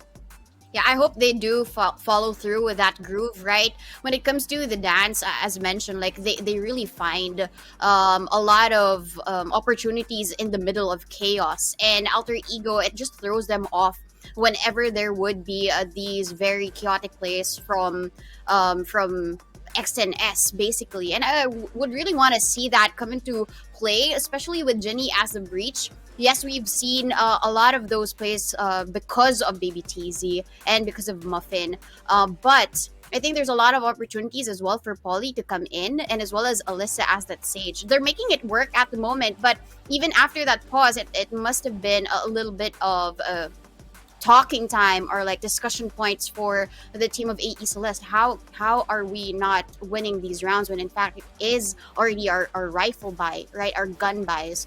But we'll have to see, basically, because Fracture has just started 3 rounds in. It's too early to expect a lot of things. There is still the second half to happen, and for sure a lot of you guys are watching and saying, Caster, start the game. But game. Yeah, well, casters are gonna start the game. That's absolutely right. I believe our casters are ready, and we can get back into the game. How did you know, Donut? You're a psychic. You're Yes. reading everybody's minds here. That's a secret. Donut actually has the key to start the game, so we can throw it back to our casters, Black and Blue and Tash. Well, we're back here to start the game, as you guys have potentially requested, so blame me if it doesn't. Don't blame Tosh, because she's been nice today, so yes. How are you guys? I didn't say that We're back. cereal is soup. That's why. Why are we still stuck up upon this? We moved from the topic. Okay, we all I am agree. never letting you live this We down, all man. agree that cereal is soup. Okay, moving on. I am right. X10 Sapphire on the attack. This is when things get dicey, where things take a turn in terms of their, I would say, their momentum.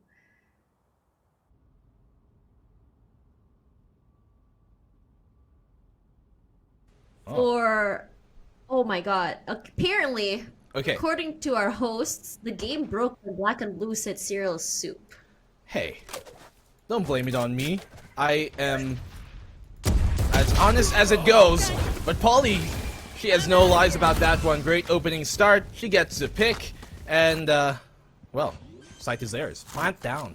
Gotta go. Holly's performance today has been absolutely planted. insane. She's been great with that opening picks as well as the clutches, but Napsky, she wants to take all of this space. But little does she know there's a cross waiting. So which way is this Prowler gonna go? It's gonna go to the left. Does she know there's someone right behind her? Slows come through. Napsky goes down. Muffin as well. Muffin doing so good with a dump, but Polly as well.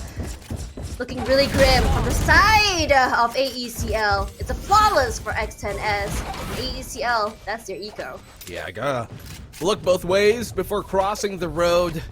But in this case, well, X10, they had the firepower advantage. It doesn't really And they matter. also had the slow there as well. It's hard for them Yeah. to cross or swing together even. Yeah, it's like you're trying to cross the road. The road is flooded. There's a manhole. Flooded? Yeah, you can't cross, you know? Can you just run across a walk when it's flooded? No, of course You can not. swim. Yeah. Now I have a question. Is a flood just road soup? More soup. If black and blue is in the flood, is it a black and blue soup? Is the question. Big answers to be found. Yes. Alter Ego. We get back to the game. I can see our hosts begrudgingly judging me from the back on my soup escapades.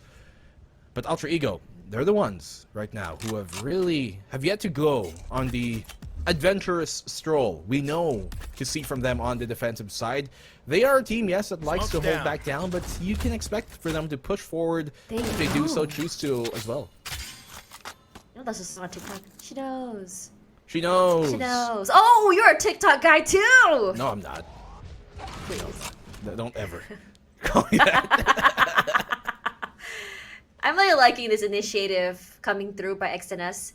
Stopping the sound, changing in the pace, just to keep AECL on their toes. But the thing about AECL is that these sort of tactics don't work.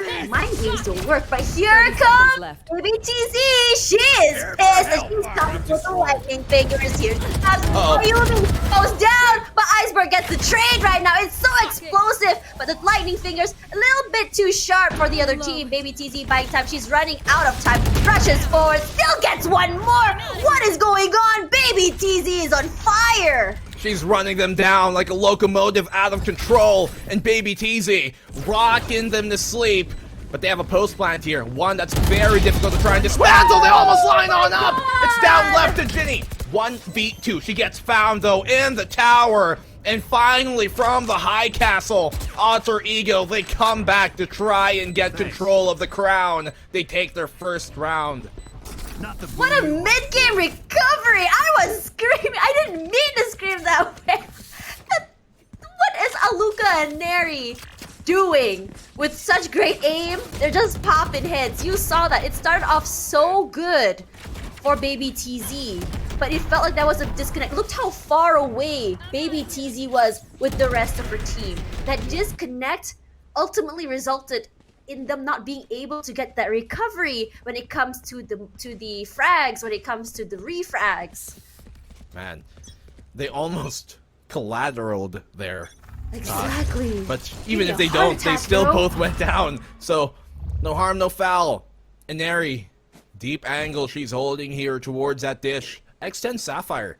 Surprisingly enough, we haven't really seen them go ham early on in the round. If anything, they wait for the pushes here of Alter Ego, and this is to be expected. Here comes out the stun. The orbital comes out with the list. Melissa! Transfer on that, but Aluka, she gets a double anyways. Polly and Ginny go down. What a push here coming from Alter Ego. Oh man, the barbecue was hot. Hotter than the multi-frag that Alyssa got. But it's still 3-on-3. Slows come through, revives as well. That's the power of having a Sage in your team. Yeah. Regardless, they're going to be crossing. It's going to be Muffet that finds Iceberg first. But where exactly are they going is the question. And they're going to the B-side arcade, I believe. They swap on over. They pull that defense to rotate towards the attacking side. It's a quick rotate on the defense here in Fracture, but they've isolated them now. Cut them off from their own site, and they can get a plant here early and quickly. Brings them to a 4v2. Still, a winnable round here, especially if Inari gets a big pick off. She very well can do so with his tour de force, such a deadly weapon to try and go up against. But still, the numbers not in their advantage. Haunt on out. Now they've got a post. Maybe TZ just biding for time. But that smoke won't be there a long time. G knows exactly where someone is. Alyssa does spot out Aneri. She has to push out. Where are you looking, Aneri? From your back. But Aneri, she has her sights on Polly.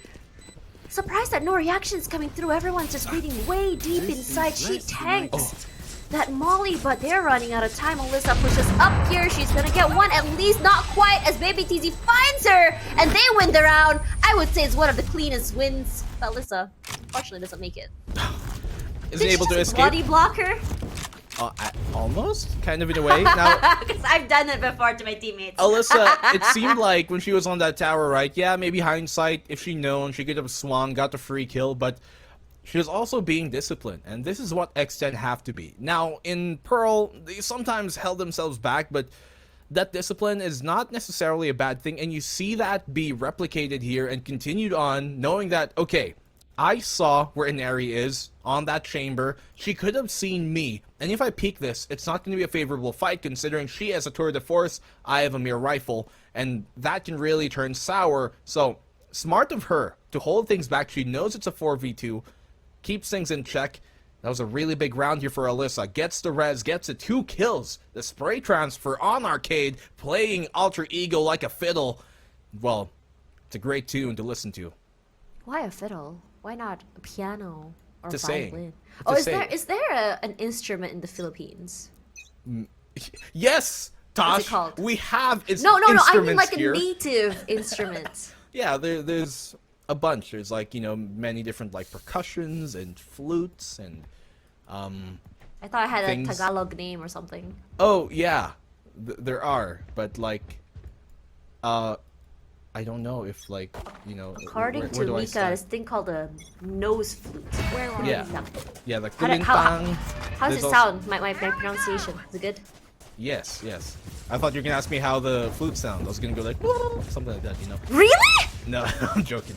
I was about to say, but Ayumi is the one with the magic fingers this time, and she is going fast onto the site.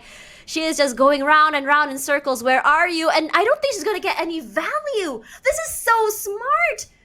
You hear her pop the ultimate, and they're like, "We're just gonna wait it out." Yeah, making sure that just Wasted! goes to waste. You know, I have a bunch of native flutes here on my desk, but I don't want to start, you know, jamming out here. It's gonna be quite Later! annoying. Like, Post game. Here's the wall coming up, not allowing that access, but Flash comes through as well. The swing is not gonna be favorable to Ayumi as Muffin gets 2, make it 3. No, it's not that. It's gonna be Alyssa to get that, but Neri and Luca get 1 each. Regardless, it's still a 2-on-3 situation. But for X10S, they're just gonna say that's fine. Give them the site. We already committed, and they are gonna have a hard time rotating to us. But the rotates for defensive 30 side is a seconds lot left. shorter.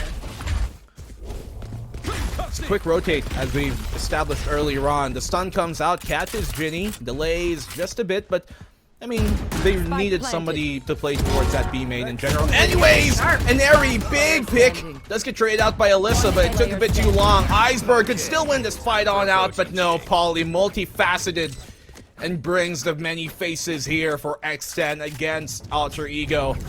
Great round for X10 to answer back to, but still, I think that was a really good round for Alter Ego, all things concerned. That was their eco round, by the way, and they still brought it really close. I have to say that, do you see how they played that? It's almost like a... I would have preferred a double swing or something like that, but there are sort of ways how they played. Look at that. It's like a tag team. It could have been bad if the last person whiffed. So this is a want to situation play? where I Let's do not want to play. be isolated as possible. If you want to fight Mary, don't get isolated. Yeah, she is one of the last players you want to be taking a straight up duel to, not just because of aim and mechanics, we know that, right? But she is such a smart player, and considering how, you know, young she is, there is so much growth for a player like her. If anything, you know, I'm gonna say it outright, Inari has the makings to be a global star here in the Game Changers circuit, especially with how she's Even beyond performed Game lately. Changers, let's be real Yeah. here. Yeah, really, really very much so. In the Valorant space of things, she is, you know, that talent that you don't see as often as really it comes. So, X10, Isn't she like 18? she 17? is 18. Like, very, very young. So, there's a lot of development there, but it's X10 here who have to have constant improvement in this series because they're the ones on the deficit, at least in the series and in the historical standings between these two teams. Here comes Conkas. Doesn't get the tap on Rissa. Smokes come through as well. Look how fast immediately Aluka not able to take that space because of that 30 seconds another Conkas. It's so oppressive as maybe TZ still wins that out. Lissa gets one as well. One more on Arcade. They know that they're there, but Iceberg wins out against Baby TZ. Plant is here. Iceberg not able gets one, and Ayumi as well, as Muffin whiffs that. Unfortunately, Ayumi only 23 HP left. Yeah. Overextensions here punished. Polly spots out the pigtails of Ayumi, but she's the one decapitated. Polly goes down. This is huge here for Alter Ego Celeste, but they're all low.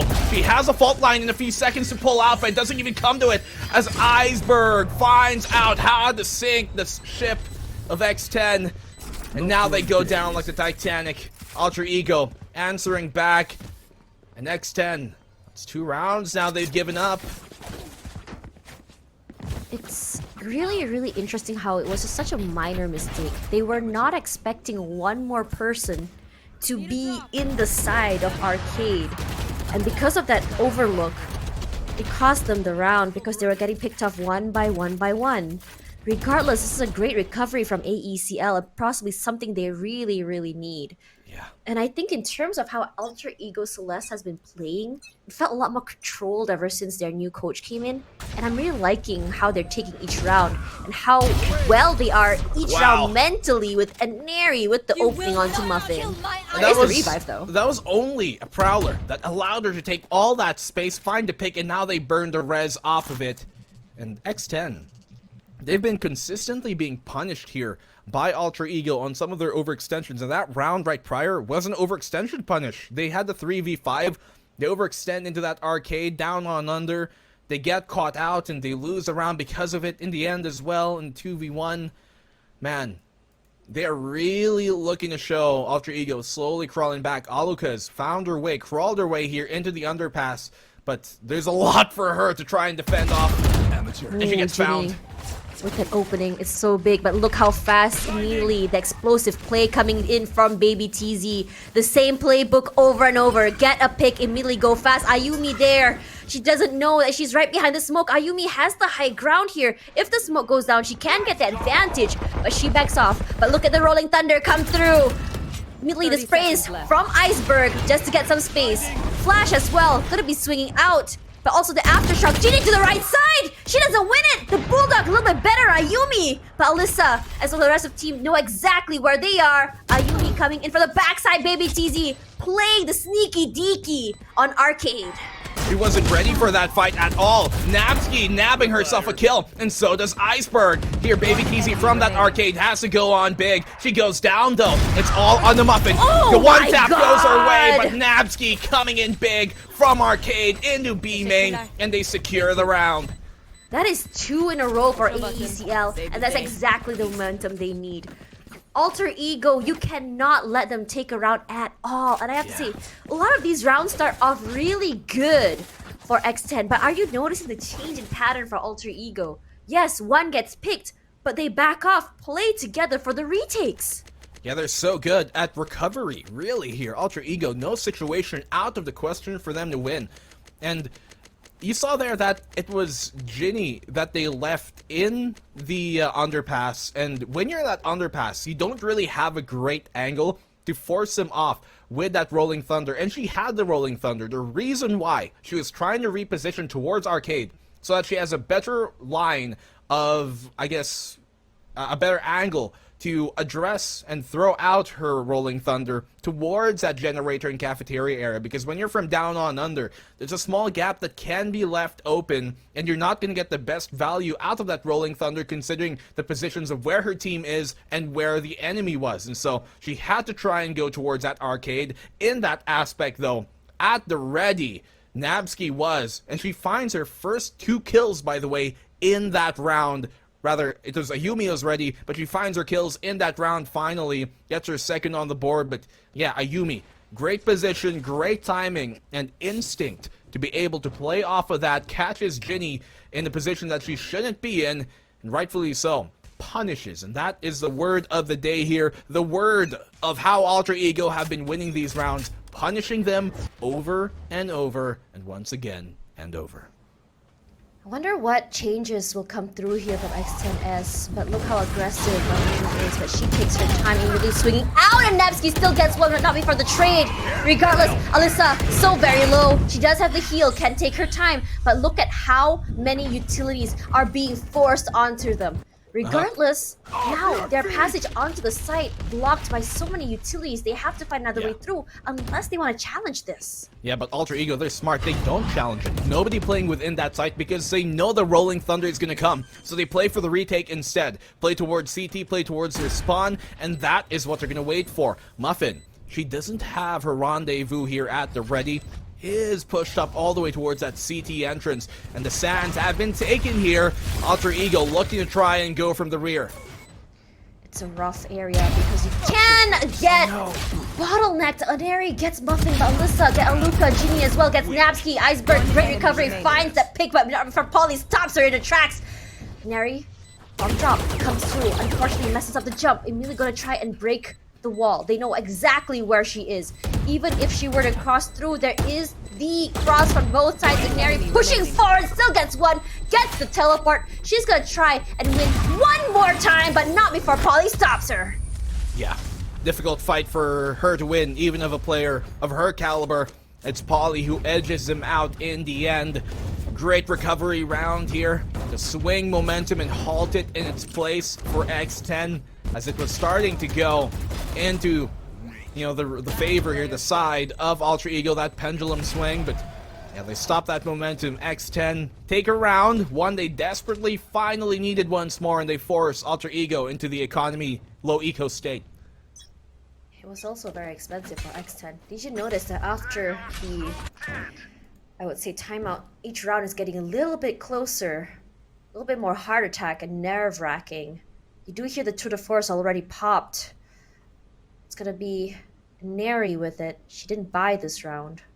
Regardless, I'm really liking this change in pace by X10S.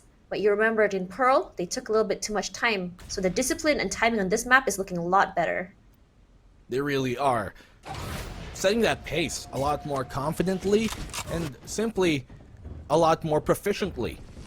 That's a really good sign for things here for X10 at least, but it is the attacking side, the favored side here. Muffin's got a great spot to find one, but she gets traded as well immediately here by Ayumi, so no trade goes unchecked, no frag goes unanswered. And Alter Ego, they pick up a rifle off of it. It's looking really good when you think about it, because these very, very nasty corners, both teams are getting these early picks and at least getting those refrags. So by the time they're getting onto site, they're left with 4 only in the end. 30 seconds left. They're gonna be coming in from drop. No one has their sights onto there because they thought that everyone would be close to where the fight initially happened. Baby TZ explosive once again. She is not afraid to check every single corner and angle. She slides through like it's nothing. That flash as well, she will take full advantage of it with her teammate from the backside. She is explosive. She gets 2. Make it 3. Yes, it will. And it's clean for the whole team. Only losing 1 in the process. Yeah. The Thunder Fingers comes on out. She's within the sands. Throw a bit of sand in their eyes there with a flash. Make sure they can't see what's to come, and they strike. They simply make some glass out of it. So, Baby TZ, the rest here of X10 Sapphire, great play they've done. We're gonna go to the panel and our lovely hosts to break down that game and how this half has went. Oh wait, no, there's one more round. I can't believe Black and Blue trolled us again. First Sorry, with the sorry. soup, and I now with that. was hearing otherwise, but we continue on forward. Regardless, Baby TZ once again, this time she does not wait for that opening shot, immediately taking space up there in tower. She's just pushing, but she doesn't care. Now that the site is fully belonging to them, the question is whether or not they can weather a 5-man take. And it's rough because all of these utilities has already been set. But the question is, how exactly are they going to breach into their defenses? Here comes the Nightfall rather, as Alyssa does get marked. The sprays come through from Baby TZ, but no one is pushing forward. Alyssa is not afraid for the challenge, but goes down to Ayumi, Polly, and Baby TZ get one each to save the day. Neri does find Polly in the end. We see a barbecue happening, but is not going to get the crisp and the burn that they wanted. Baby TZ pushes up, gets punished by Neri in return, but time is running out here. Neri pushes up, gets caught off guard. As 3 for Neri. Muffin saves the day. All she has to do is just play for time, but it looks like they're going to be winning this round. Round 12 going to X10S. Well, We thought the nightmare was upon Switching us, sides. but it seems like Elm Street has turned things around. It's a one-way street in their favor. It's X10. They've made a dream out of that situation. Barely escaping it out in the end. A final pick here, the nail in the coffin that Muffin finds, chews him, eats him on up, makes the round secure. And this half, we're finally going to throw it to the panel to talk about how things have went.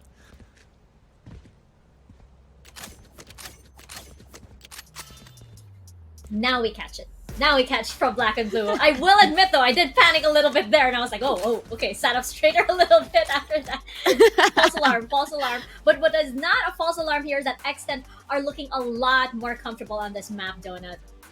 Yeah, definitely. I mean, when we were trying to write the script for them, it was AE Celeste winning this map because of how they won Pearl, right? But XNS is proving us otherwise with their composition and Alyssa actually stepping up her game.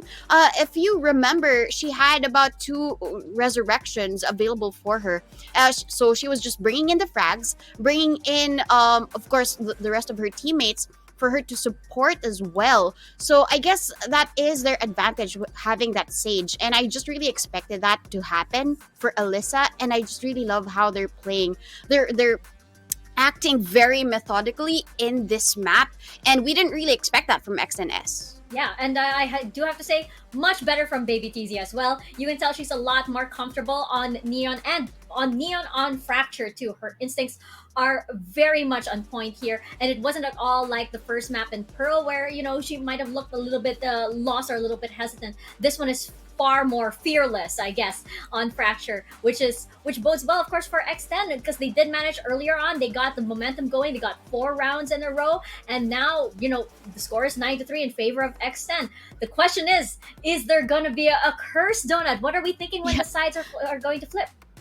Well, Black and Blue mentioned something about recovery for AE Celeste. There were rounds wherein it's already winnable for X10S, but AE find their stride during these retakes. It's a 4v2, but the 2 actually find their eye on the prize, and that's what we want to expect from AE Celeste. It's just that the timing isn't really in their favor during the first half, but when it comes down to the aggression, right, are we going to see the same thing for AE Celeste? Because how they're playing is that it's a game of Jenga. They let the team of XNS pick up these pieces, stack them all together. But at this point, as mentioned also, if there is going to be an error, they might find a fall for this. So I'm really excited to see whether XNS will follow through with this 9-3 or if there will be a curse. Yeah, we're gonna see if it's all gonna come tumbling down for Alter Ego Celeste on this map or if X10S can equal the score. And if we do go to a map number 3, let's find out how Fracture plays out. Over to our casters.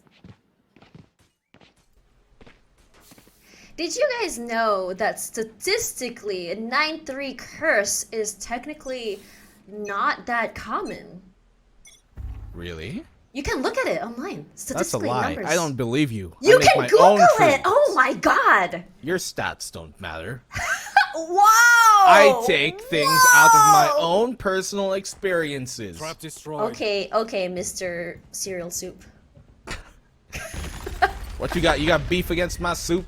Against my cereal? I like beef soup though, but Muffin got beef. Really finds a Neri with that opening shot so very fast. Yeah, definitely makes things a lot more difficult now. Now that they found this opening pick here, they lose Inari, a big gun for them to get removed off of early on here in the pistol. And Alter Ego, the pistol rounder there, as they get that plant down. Aluka cannot confirm the kill. Polly follows up. This is all crumbling. They've talked about Jenga and those bricks to pieces. They're simply not working on out. Baby TZ finds a follow-up, but it's a 1v1. Doable by all means. Prowler connects, and the click comes in for Alter Ego. They still somehow recover. And even Donut talked about it, right? That recovery from Alter Ego is something that is always a potential problem here for X10. It's crazy. It looked like AECL lost the round. But I have to say, their aggressive holds has been getting so much value. And because of that haunt there, it's really hard to do anything but just wait for your demise at the situation. When you have 2 people, well, not people, a cat and a person pushing up at you, about to bite you. What are you gonna do? I was really smart as well, right? Coming from Yeah. Aluka on that tower. Target That's why I'm a Fade prioritization main! perfectly. Just, they knew. They knew to time it right and who to try and go for. She knew that Baby Teasy was on the reload. Go for the diffuser instead and secure the round that way. So really smart here from Alter Ego Celeste. Looking so primed, so proper. But there's some few rounds for them to try and flatten this cushion just a bit more. Really taking their time. But their rotation like clockwork. Almost as though when X10 goes to the left, Alter Ego goes to the right. Ooh, Ayumi nearly gets picked off there. Timing is everything. And immediately they hear the footsteps. Rushing in toward A, but everyone is on B. Wrong place, wrong time. Well, could be wrong for them, but right for the opposing side. Aluka. Right for Aluka. Oh no! He gets lots of information, couldn't find the kill, but damage done. Should be able to secure this anyways. I mean, this Muffin's so low. retake's going to be so difficult for them to try and win on out. The stun, so much utility thrown out. Aluka finds one. Iceberg follows up. This round, quick, sealed in the deal. It's done. They don't even have to play on the site. Nothing's perfect. They just pushed them off the site and straight back to their spawn. They don't even care. Yeah. I mean, it's a quick round for them. They had all the advantage to secure in that round, and that they do. But now we move on. Now we see the gun round here, coming from X10 Sapphire. And even though they've got 4 rounds here between them and Alter Ego, this could go away in a quick swish if they're not prepared for it, if they let this simply get to their heads. Because 4 rounds on the defensive side, that is barely much to sit on here for X10. So this round, they have to bring it 5 to 10. Otherwise, this could be a disastrous round, a disastrous map, if anything, for X10 if they can't get this bonus, anti-bonus, if anything. They can make it very expensive if they want to. For defense, I'm really hoping to see more aggressive X10. And that exactly is what they're doing, but just now they got punished for it. Overextension is not the name of the game here, but it's gonna be Alyssa! Not getting that first contact with Neri with the opening. We know how great she is with that shot. Iceberg as well gets a shot onto Alyssa. The aftershock, rather, that finds her in this little corner. That's why Breach is just so good for this map. Yeah, she can't be playing those committed positions, especially when you're a Sage. Could have maybe barriered herself away, but now this anti-bonus coming from X10, it's looking problematic. Ayumi has extended herself here onto the arcade, wants to make sure she now retrieves that rifle, plays the exact same position that we saw Alyssa from a while ago. And Neri, what a pick! That's her second in this round. Gets forced off of the angle by Polly, rightfully so punishes her, but this round is done. They concede it. You can see them saving this gun round, saving these rifles for another fight. This battle, it's been won by Alter Ego. What a round. Neri, all you have to do is just give her the headhunter and she will be popping heads. No need for a rifle. She does the work. But 6 to 9, they take 3 rounds in a row. And this is bad for X10S. They need the momentum. It's nice, though, for Alter Ego Celeste. Punishing, once again. It's really the mistakes that X10 are offering up to a silver platter here for Alter Ego Celeste. And they rightfully so know how to make a buffet out of these appetizers. You are absolutely hungry, aren't you? I've had breakfast, There's a lot of food references in this cast today. but I'm a growing boy. Ayumi this time with the speed, not gonna be able to go forward into arcade regardless. She says that's fine, there's always another way in. It's gonna go through underpass. They hear her, but can she go through is the question. With Ayumi going backside here, and Neri waiting for the push-up. Now she just swings away. Indiana Jones side does get tagged, but this time she gets to the other side safely. Yeah. Here comes the Rolling Thunder as well as X10 pushes up back onto the site here. Popping hits, Muffin not quite gonna happen. Unfortunately, whiffs it as Napsky already has full control.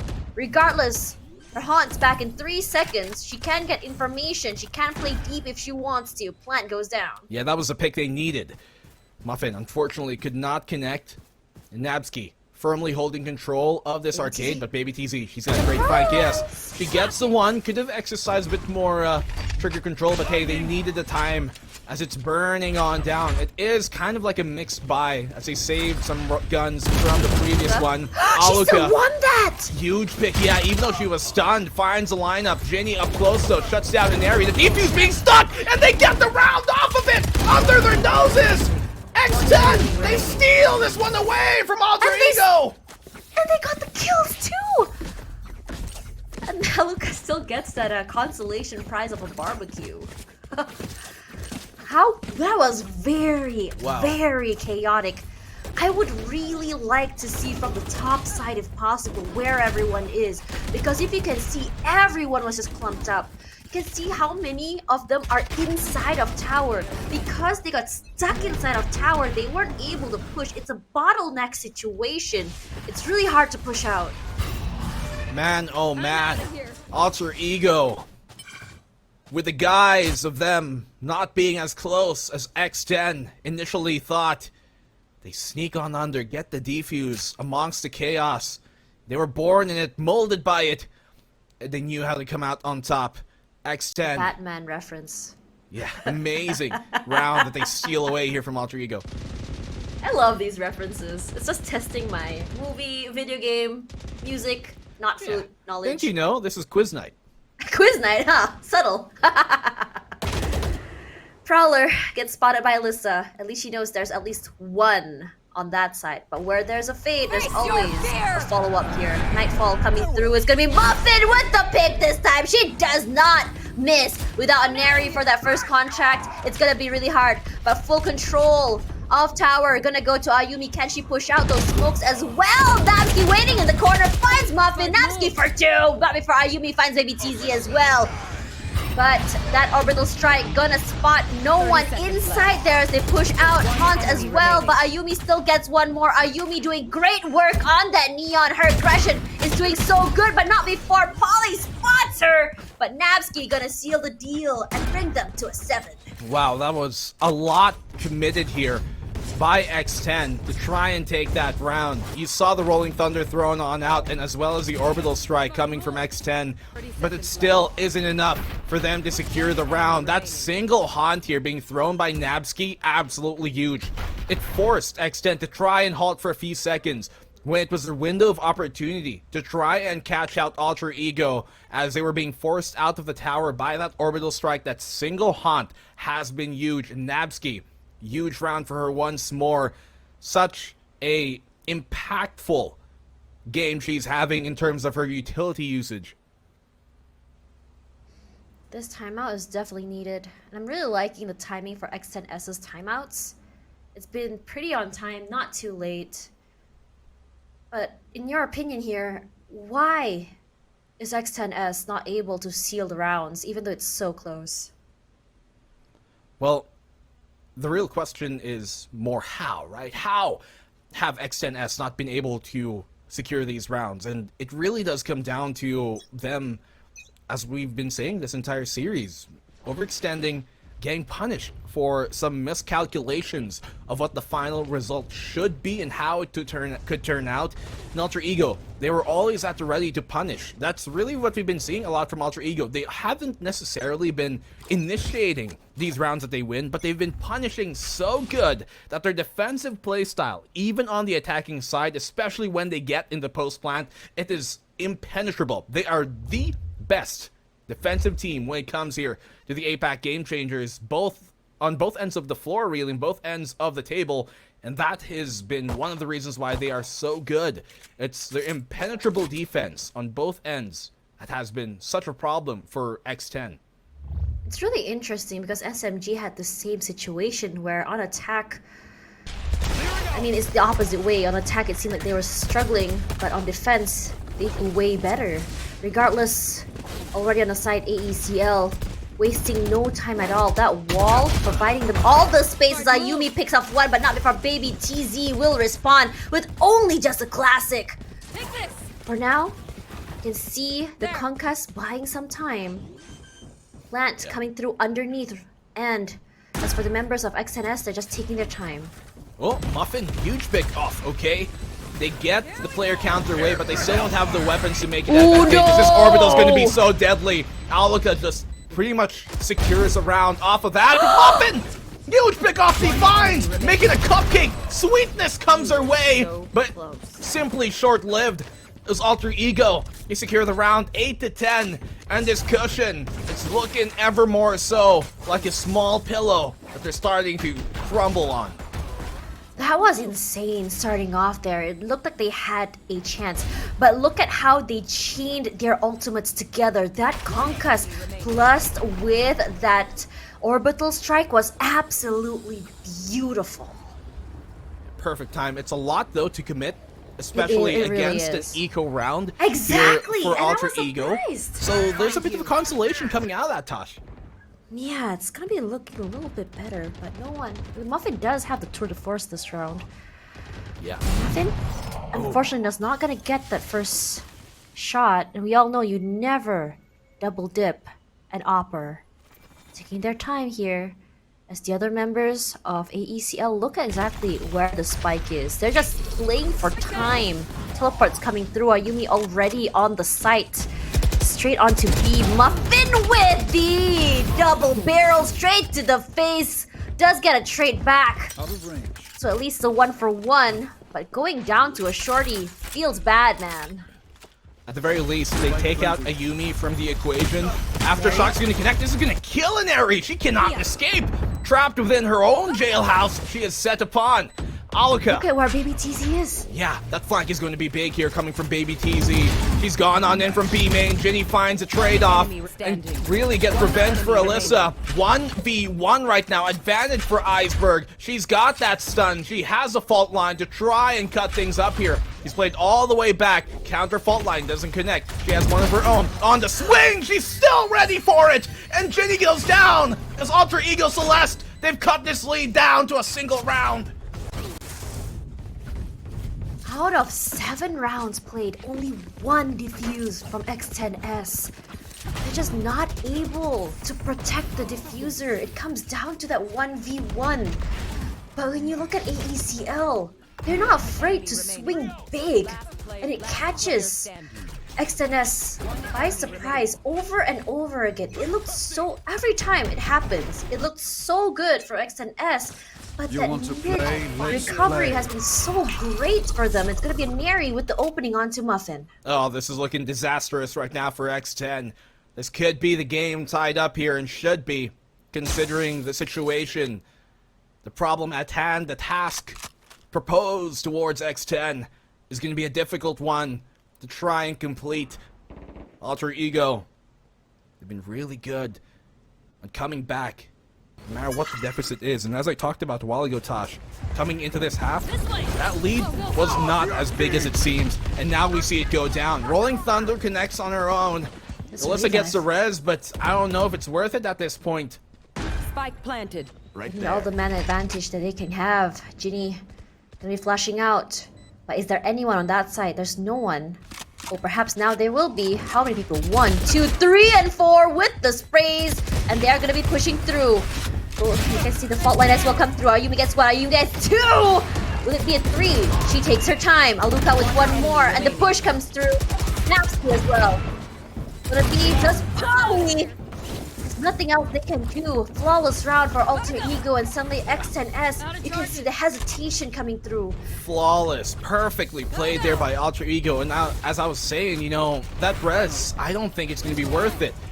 In those situations, in a 5v5, and I see lots of teams mistakenly do this, right? And do this, real, I guess, big error, where they burn that res on an eco without having a pick. If you get a pick and bring it 4-4, then you go res, so that you have a 5-4 advantage on the eco. But the 5v5, that's not going to work in your favor. On a retake, such a waste of a high impact ultimate, one that they need in the late map situation like this, late situation like this, and they just simply give it away for free.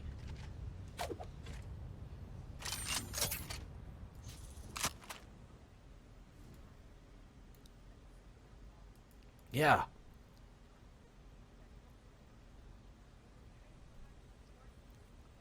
Yeah.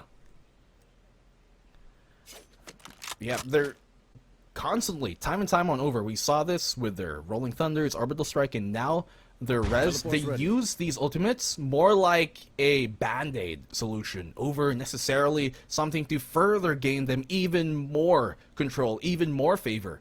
And that's not a risk you want to run in a late situation like this when the game is coming to its closing rounds.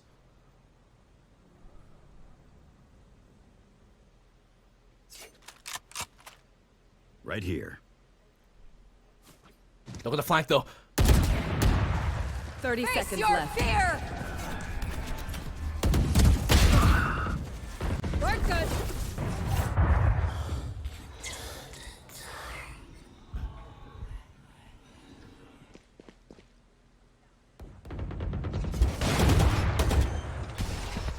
Oops, sorry 10 about that. seconds left. Wow, I didn't realize that my mic Spike was planted. unplugged. But Alyssa pushing forward here. Baby TZ playing the backside. Muffin does find Iceberg. Time might not be on their side. Here's Aluka does find Baby TZ in the end. Muffin. Oh. Don't know if she sees someone up there. Unfortunately whiffs. Not before Ayumi finds Alyssa in the end. Ginny finds a band-aid at least for Nabsky. She gets one more. A Neri. Time.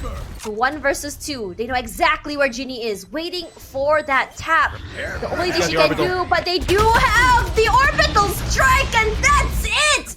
They finally go ahead of X10S. What a round here for Alter Ego Celeste. So proficient once more. And even on the flank, nothing really going X10's way. They're really the ones who have been completely shut down once again. There's some great ideas here trying to be completed from X10, but it simply just isn't able to be converted for their sake, for their favor. And now they're gonna have to play on an eco, potentially give up match point, probably give up match point if anything. That's gonna be a difficult task, but still, it's a very close margin to play at. It's only gonna ever be 2 rounds ahead. This is the nightmare that X10S didn't want. Comeback is so strong! And Napsky with that opening.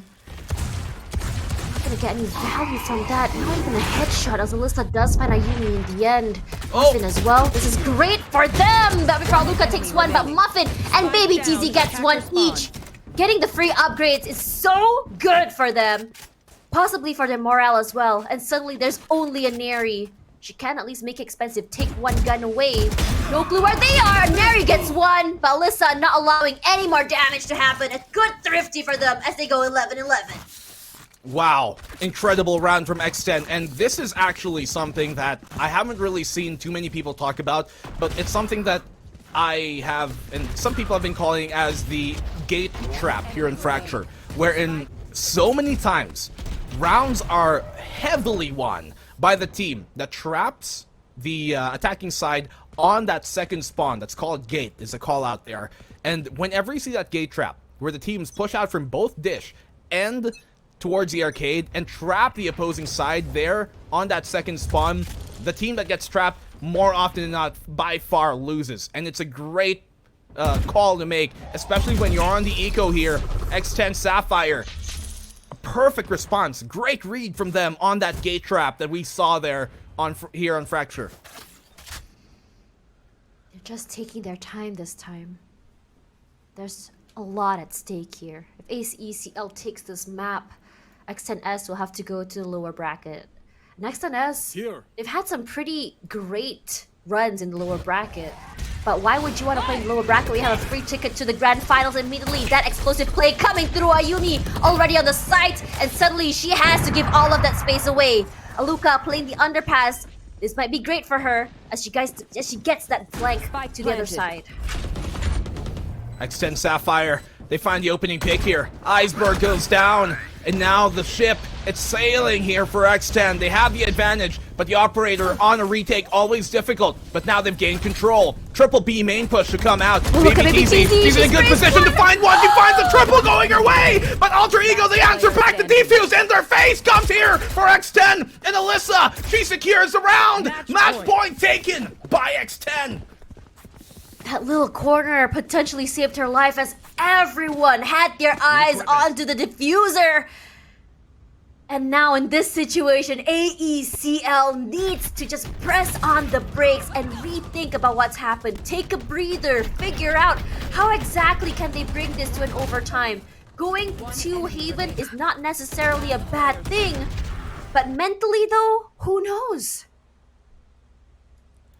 What a round, what a comeback, what a response here from X10, taking 2 rounds right on back in Alter Ego. Forced to call their first timeout of this entire series right here, right now, at the final round of regulation. Overtime, potentially at the cusp, but X10, they want to secure this right here, right now. It's a very, very scary situation for both teams. For AECL, they just want to get it over with. Go with a 2-0 straight to grand finals. For X10S, this is everything they've wanted. Their story, trying over and over again and wanting to triumph at the end. As a long-standing team that's been playing together for a long time, you can sense how much they just want to overcome Alter Ego as the one who puts them at the bottom end of the spectrum time and time again. Great counter stuns here though, coming in from Baby TZ, but only good for one. Alter Ego, they get the double pick going their way. Ginny has to be careful here. She's got the flash to throw out, but that's her last piece of utility before she's dry now. To try and spam on through, doesn't really find on much. Alter Ego, they made their way towards the site here. Iceberg low. A single bullet would do her on in. Have to be careful not to go for the plant prematurely. Canary, she doesn't have to overextend. These smokes will be enough. Just buy some time. Regardless, time is out. They're out in the open. It's a 3-4 situation here. Iceberg is quite low. Regardless, we do know that all it needs is just one bullet to the head. That'll be gonna be. But XNS, they want to push out here. Napsky gonna get that utility out. Still good for one. The trades come through. Alyssa for 2. Aluka gets one more.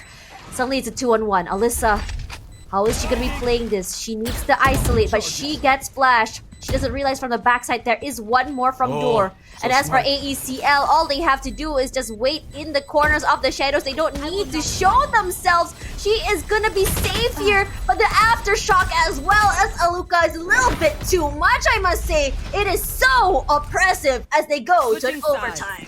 So smartly played out here by Alter Ego, and they finally shake up the pace. They've been playing very conservatively on their attacking side, playing the punish game instead the entire half. And finally, on the final round here of regulation, they just simply go ham, put the pedal to the metal, and go at 100 miles per hour, dashing on through the snow on the one-horse open sleigh. And this round, this game, it's not done yet for the day here for Alter Ego. They go on to overtime. Wow, timeout immediately? They need this. They need to get the idea on how to get that reset when you go to an overtime. Some teams, they do very well when it comes to an overtime. It's as though every round is a refresh for them. But some teams, they start to hit fatigue. And I'm really hoping that fatigue is not an option for these teams. It's just a matter of trying to figure out what exactly works better for them. For X10S, it looks really good for them on the attack. Same goes for AECL. So the question is, what are we going to do to make sure that defensive side, we're going to do better? They have to. Finally now, match point befitting of the top 2 seeds here of the APAC scene. They're really changing up the game as X10. 2 rounds, they crawl on back, but right back in return. Alter Ego, throw it back at them. Round number 25 commencing. Attacking side here for X10. By far the more favored side that they have played on when they started on that opening half. It was really their defense that seemed to struggle, but that's to be expected. A map like Fracture here is a map that is more attacker-sided.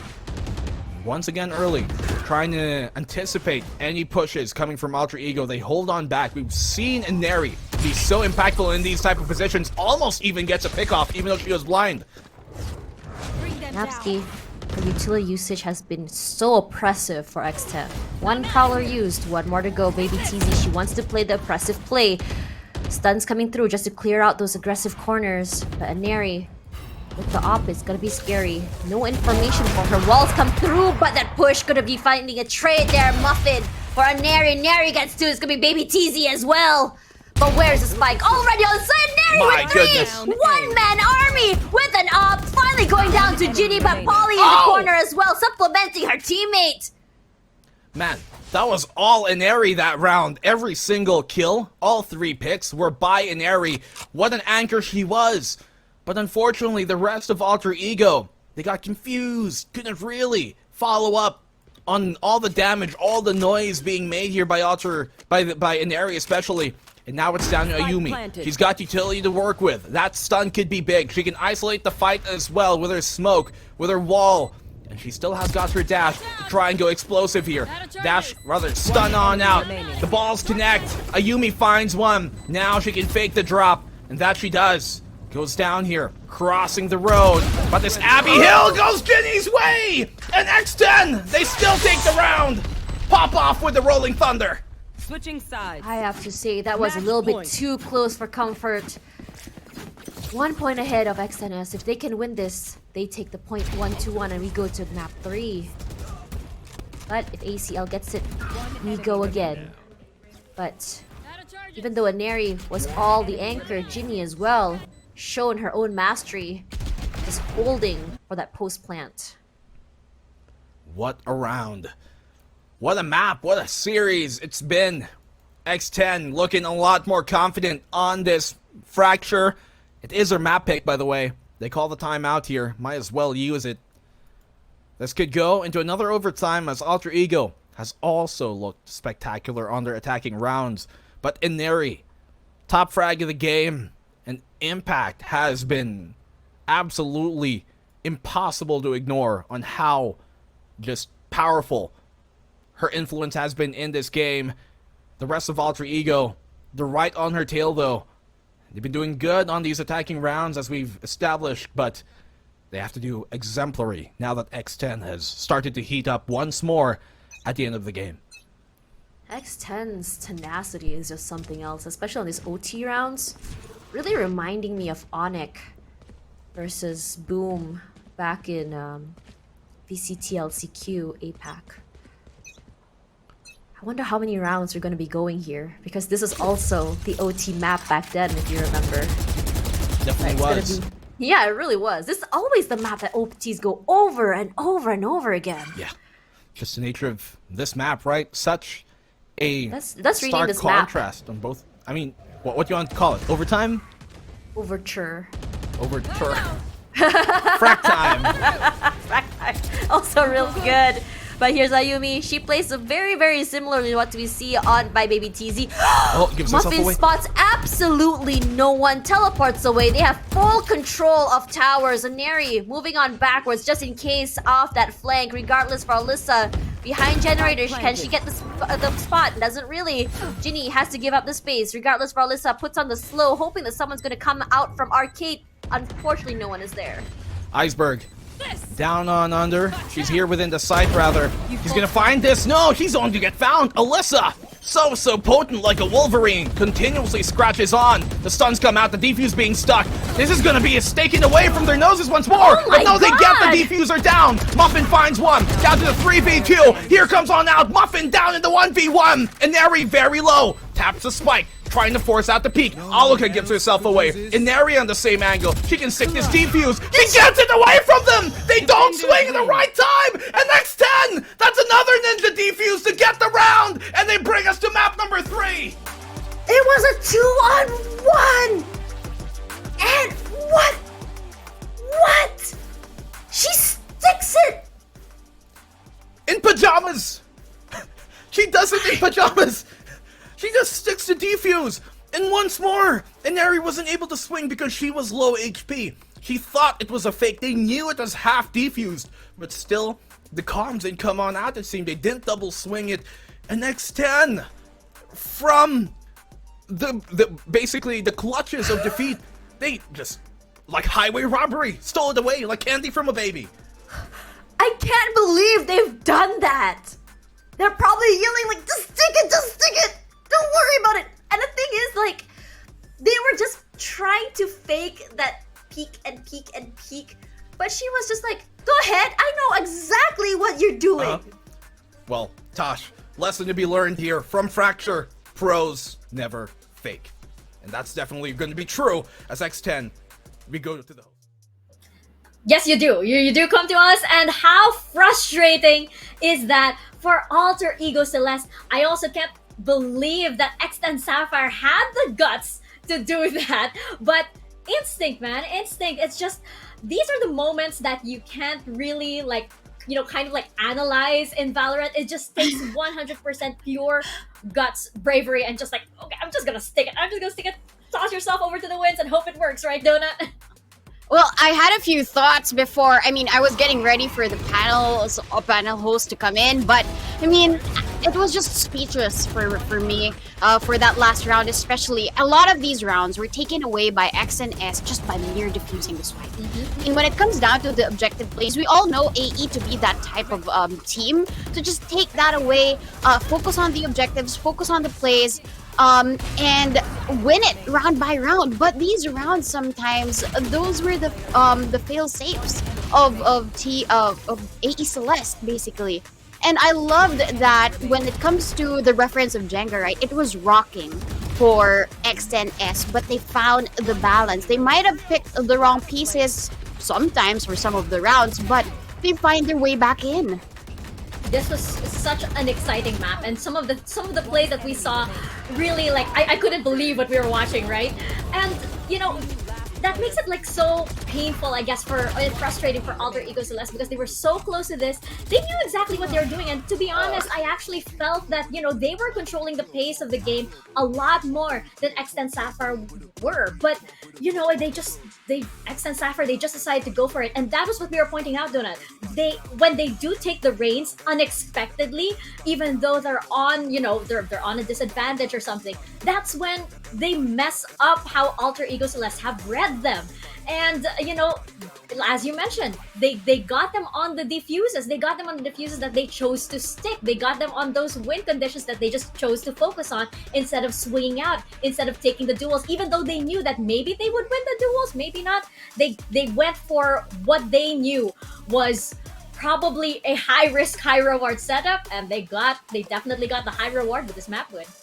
Yeah, AE Celeste no longer undefeated. X10S takes them down just by sheer guts, as you mentioned. They were ready to take the punch, and they punched back. And that's what I love about the team of X10S. Individually skilled, but they show us that they can be a team here in the map of Fracture. And I love Alyssa's play as the Sage. Sometimes we do put on doubts whenever a Sage pick comes in, but the resurrections come in at the right time. Her heals just really brings in support for the rest of the team, even for herself, right, to just take on all of these duels.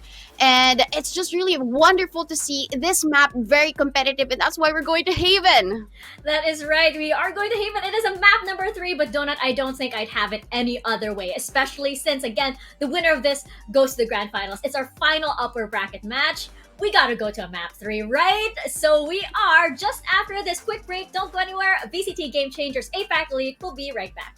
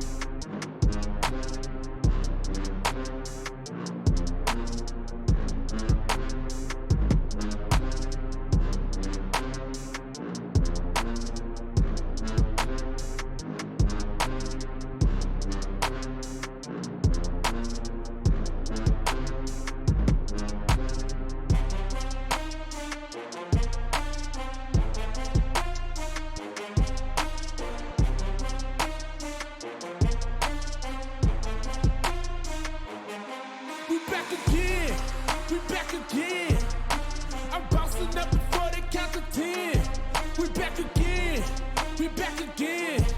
Tell your mother, brother, sister, and your friends. We back again. We back again. I'm bouncing up before they count to 10. We back again. We back again. Tell your mother, brother, sister, and your friends.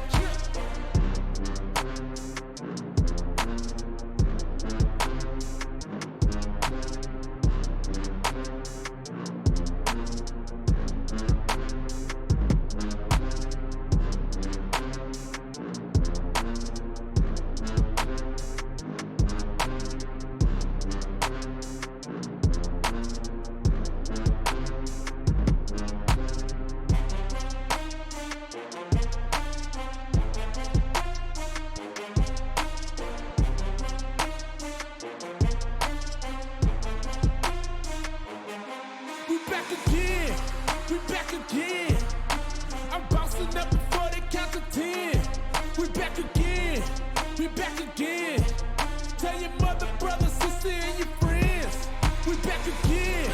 We back again. I'm bouncing up before they count to 10.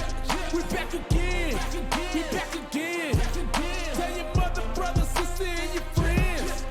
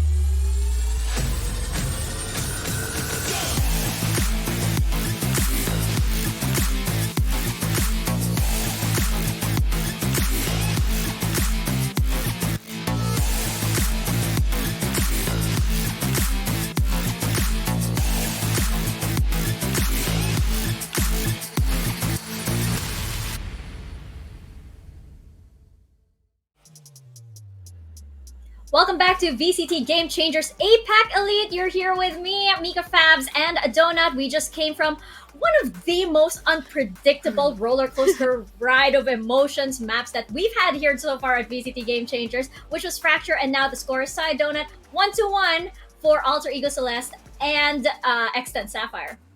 I still couldn't believe it. I still can't get over it that we're going to map number 3 just because of a defuse, right? But this is now AE's time to shine.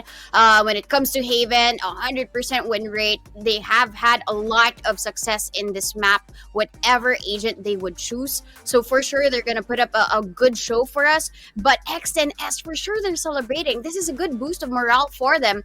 And we'd love to see them come in, take the same way that they took on Fracture in the map of Haven and maybe trim down, because we all know the AE team to be queens already, but X10S, I think we have so much expectations from them right after that. Alyssa showing up, a lot of kills going their way, so happy to see Haven actually. Yeah, same here. And as we mentioned earlier, I don't think we'd have it any other way for our final upper bracket match, right? And these are two of our most powerful teams here in APAC Elite.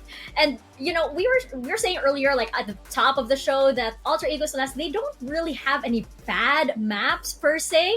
And you know, going over to Haven, which is a map that like a lot of teams, of course, are very, very secure, being one of the oldest maps, and after coming from Pearl and then Fracture, it's interesting to see how the pace is going to change coming into a very, very familiar map. Not too many, not too many of the mind tricks and like going here and going there too much. I do have to say though, for Alter Ego Celeste, I am such a huge fan of their post plant setups. And for Haven, that's very, very important, especially since you have 3 sites. Like, I love how it's the staggered post plant positions that actually get them those winnable duels. Like, for example, I believe it was like one of those rounds where it was post plant on A on Fracture, and you had one Washing Sands, you had one on main, you had one on side, and you had one on dish. And you would see how those positions would actually mean that, you know, the defending side would mean that you'd have to get through one first, and then you have to get to the other, and then you have to get through the other, and before you know it, you've run out of time, and oh, well, here come the utilities as well.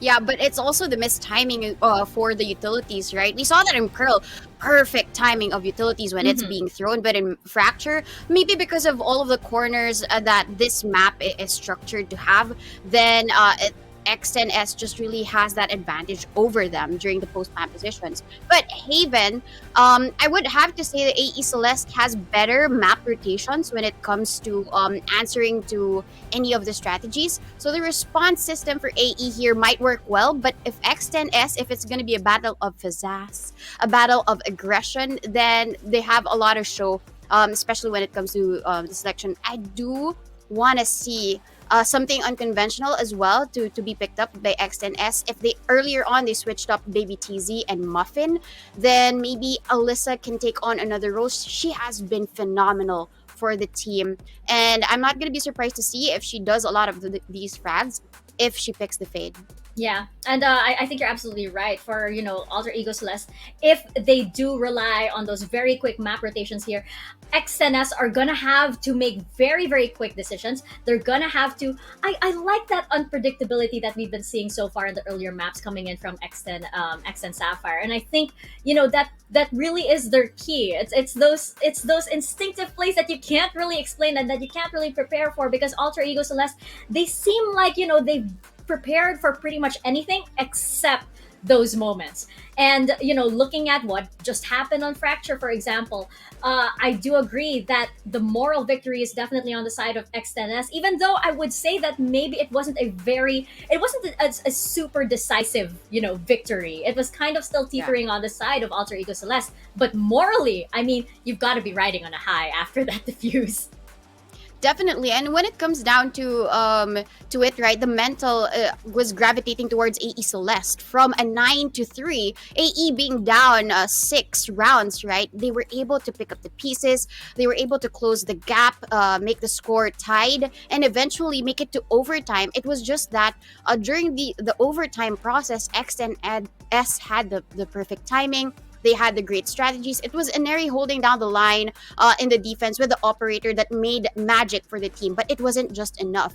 And that's why probably this is where AE Celeste does falter a few times during the defense. They try and assess how X10S would play it, and then eventually, you mentioned, right, the intuition doesn't really kick in so well for AE. That's why X10S grabs that map away from them. But really, here, familiar territory, which is Haven, 100% win rate for them. I mean, I would want to say stats don't lie, but Fracture, it made the stats lie for us. That's right, and I mean, you're sure stats don't lie, it's just numbers and stuff, but I mean, 100% win rate isn't something that you see every day, and that's definitely something that you're not gonna deny. And it looks like, Donut, they are bringing back the Rays onto Haven, and meanwhile, on the other side, on X10S, they are sticking with the Neon, and now we're seeing a Sky and a KO. Yeah, this is going to be a new look for X10S. Alyssa, as that Sky, will provide a lot of that assistance for the team. We saw how Ginny played the Breach earlier on, so on point with all of those shocks, and then as well as the stunts. So for sure, as the KO, she will be able to be self-sufficient in a way with all of her flashes. But when it comes down to the aggression, I would say that utility-wise, Raze has more of that damage utility. So I think I wouldn't really want to predict, but I like the comp of AE Celeste better a bit because of the mix and match of utility. That's right. And, you know, of course, the winner of this definitely will get that ticket into the grand finals. Whoever does not come out on top has to make their way to potentially another match and another match for today. So it is not the end for either of these teams, but they do have quite a climb ahead of them. Whoever does not come out on top on this match. So for Haven, I don't know. I want to say that it's pretty much written in the books that it's Alter Ego Celeste, but we'll see, Donut. Nobody could have predicted what happened on Fracture, so we're gonna see if something unpredictable also happens here on Haven. Let's toss it over to our casters, Black and Blue and Tash. Thank you very much, Mika, as well as Donut, Tash Bunny alongside Black and Blue here once again for the third map, Haven. It's gonna be a very interesting one as we tread more familiar waters. Yeah, I mean, Haven, this is a map that has been absolutely impenetrable for Alter Ego Celeste this entire year. They have not lost a single map here on Haven, not even once. They've been just so dominant, that and on Icebox as well. But it's a pretty good map as well for X10 Sapphire. They've had pretty good results. Obviously, they haven't beaten Alter Ego here, but we've seen them turn those odds, especially on Fracture, but how close did it come? My goodness. Still, though, Alter Ego Celeste, they're the favorites to win this series, even after that small... Actually, no, not gonna sugarcoat it. Even after that huge blunder from map number 2. I got a question for you. Yeah. If I wore the same PJs as her, will I have that stick it to win it attitude? Oh, you better. You better. I really want that to happen. That would be so good. Flash comes through, suppression as well. But AECL, they aren't scared. They will bring the fight and the aggression to the main side of A. Man. Oh, man.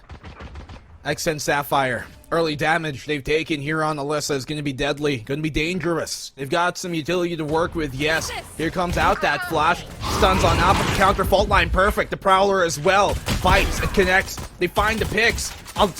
Eisenberg goes down. Muffin, great find she gets. But Nabsky answering back. And Alter Ego, they respond. Muffin takes one down, but she's going to be out for the count as well. 1v2. Polly brings it down to equal odds.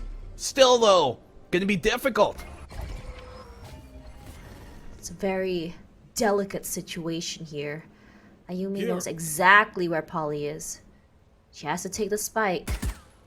I have the spike. She gets it, 30 runs seconds away. left. They all hear her footsteps. Try to catch her. At least on main, one shot is all Ayumi needs. Wow. I mean, Alter Ego, they are really looking so important to get the opening pistol on the defensive side. I cannot stress how big and impactful that could be later on in this map. Final decider of the series. Attacking rounds, you need to get every single round that you can, especially here when you start out on that attacking side, because we've seen that when you switch on over to the defensive side and X10, they fall to this, they can really struggle on the less favored side to close out the game. It's Alter Ego who's going to be on that attacking side in the second half, so really good implications. But Muffin, huge pick she finds here, Tosh.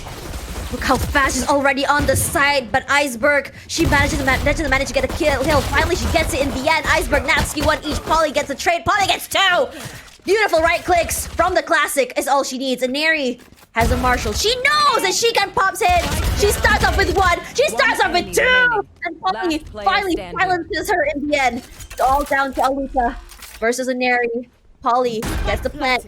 It's so very low, and she knows exactly where Aluka is. Stars come down as well, but the push from Aluka is a little bit just faster. Was not expecting it to be that quick. Then realize Aluka was a lot closer for comfort, but I mean, she had the HP advantage, everything going her way. And X10 Sapphire, what a round still though. They're able to bring it down to the 1v1 on their eco, punishing here the close angles being held by Alter Ego Celeste with mere classics and all. They're now going on to the gun round, so they burn a lot of the economy of this Alter Ego squad. Don't come out on top, but they're playing the long game. So Alter Ego, a single stinger forced up here, Sheriff on Nabsky. That's all they wrote. X10 Sapphire, firm advantage in terms of the arsenal they bring into the round. 0 point connects. Ayumi in a position to capitalize. She still goes down thanks to Ginny. Quick on that first contact, but so is Napsky. Alyssa trades it out in the end. Regardless, they're all already on the site. And when you are in this eco situation, you only have one goal, which is just to take away as many guns as possible. A win is a bonus, honestly. Also a great morale booster. Zaneri with the Stinger, you know you can get a lot of value from that. It's gonna buy some time at least with this fragment. Gonna push forward, she does get suppressed, she still gets one! And Neri doing so much work, not before Ginny shuts her down! Iceberg from their side, 5 HP left, but Polly spots her at the end. Still ring around the Rosie, finds Aluka! Aluka still wins that in the end! Pulls her out, but Polly will be the one to come on top. Finally gains a revenge. Yeah, vengeance comes back, but still, look at this, Tosh. They brought it to another 1v1, and the economy here from X10, it doesn't bode well, not after that round. The bonus, by all means, it is successful. Yes, they don't get the round, but look at how much damage they've done economically. One enemy remaining. Honestly, it's actually insane how much damage you can get just from a Stinger. And for a player like Neri, you put any weapon in her hands, she'll get big value from it just because she's not afraid to take up space. And that space that they do take, they know how to use it as well. And that is a real important part here, especially on their attacking side. Looking at things here. X10, they're crawling up A main once more. At long angle. They know not to overcommit. Unsure if there could be any kind of reinitiates here from Alter Ego, so they wait a second, delay, trying to get the two ahead of themselves. And this single star, as they enter into A main, as they cross this threshold, it's going to be big. Nightfall connects Tosh, forces him back. Melee just gonna buy time. They know they already burned the Nightfall. This is good. They can go for the rotate if they want to. C is where they want to go, perhaps. They know that exactly there's presence inside of Garage.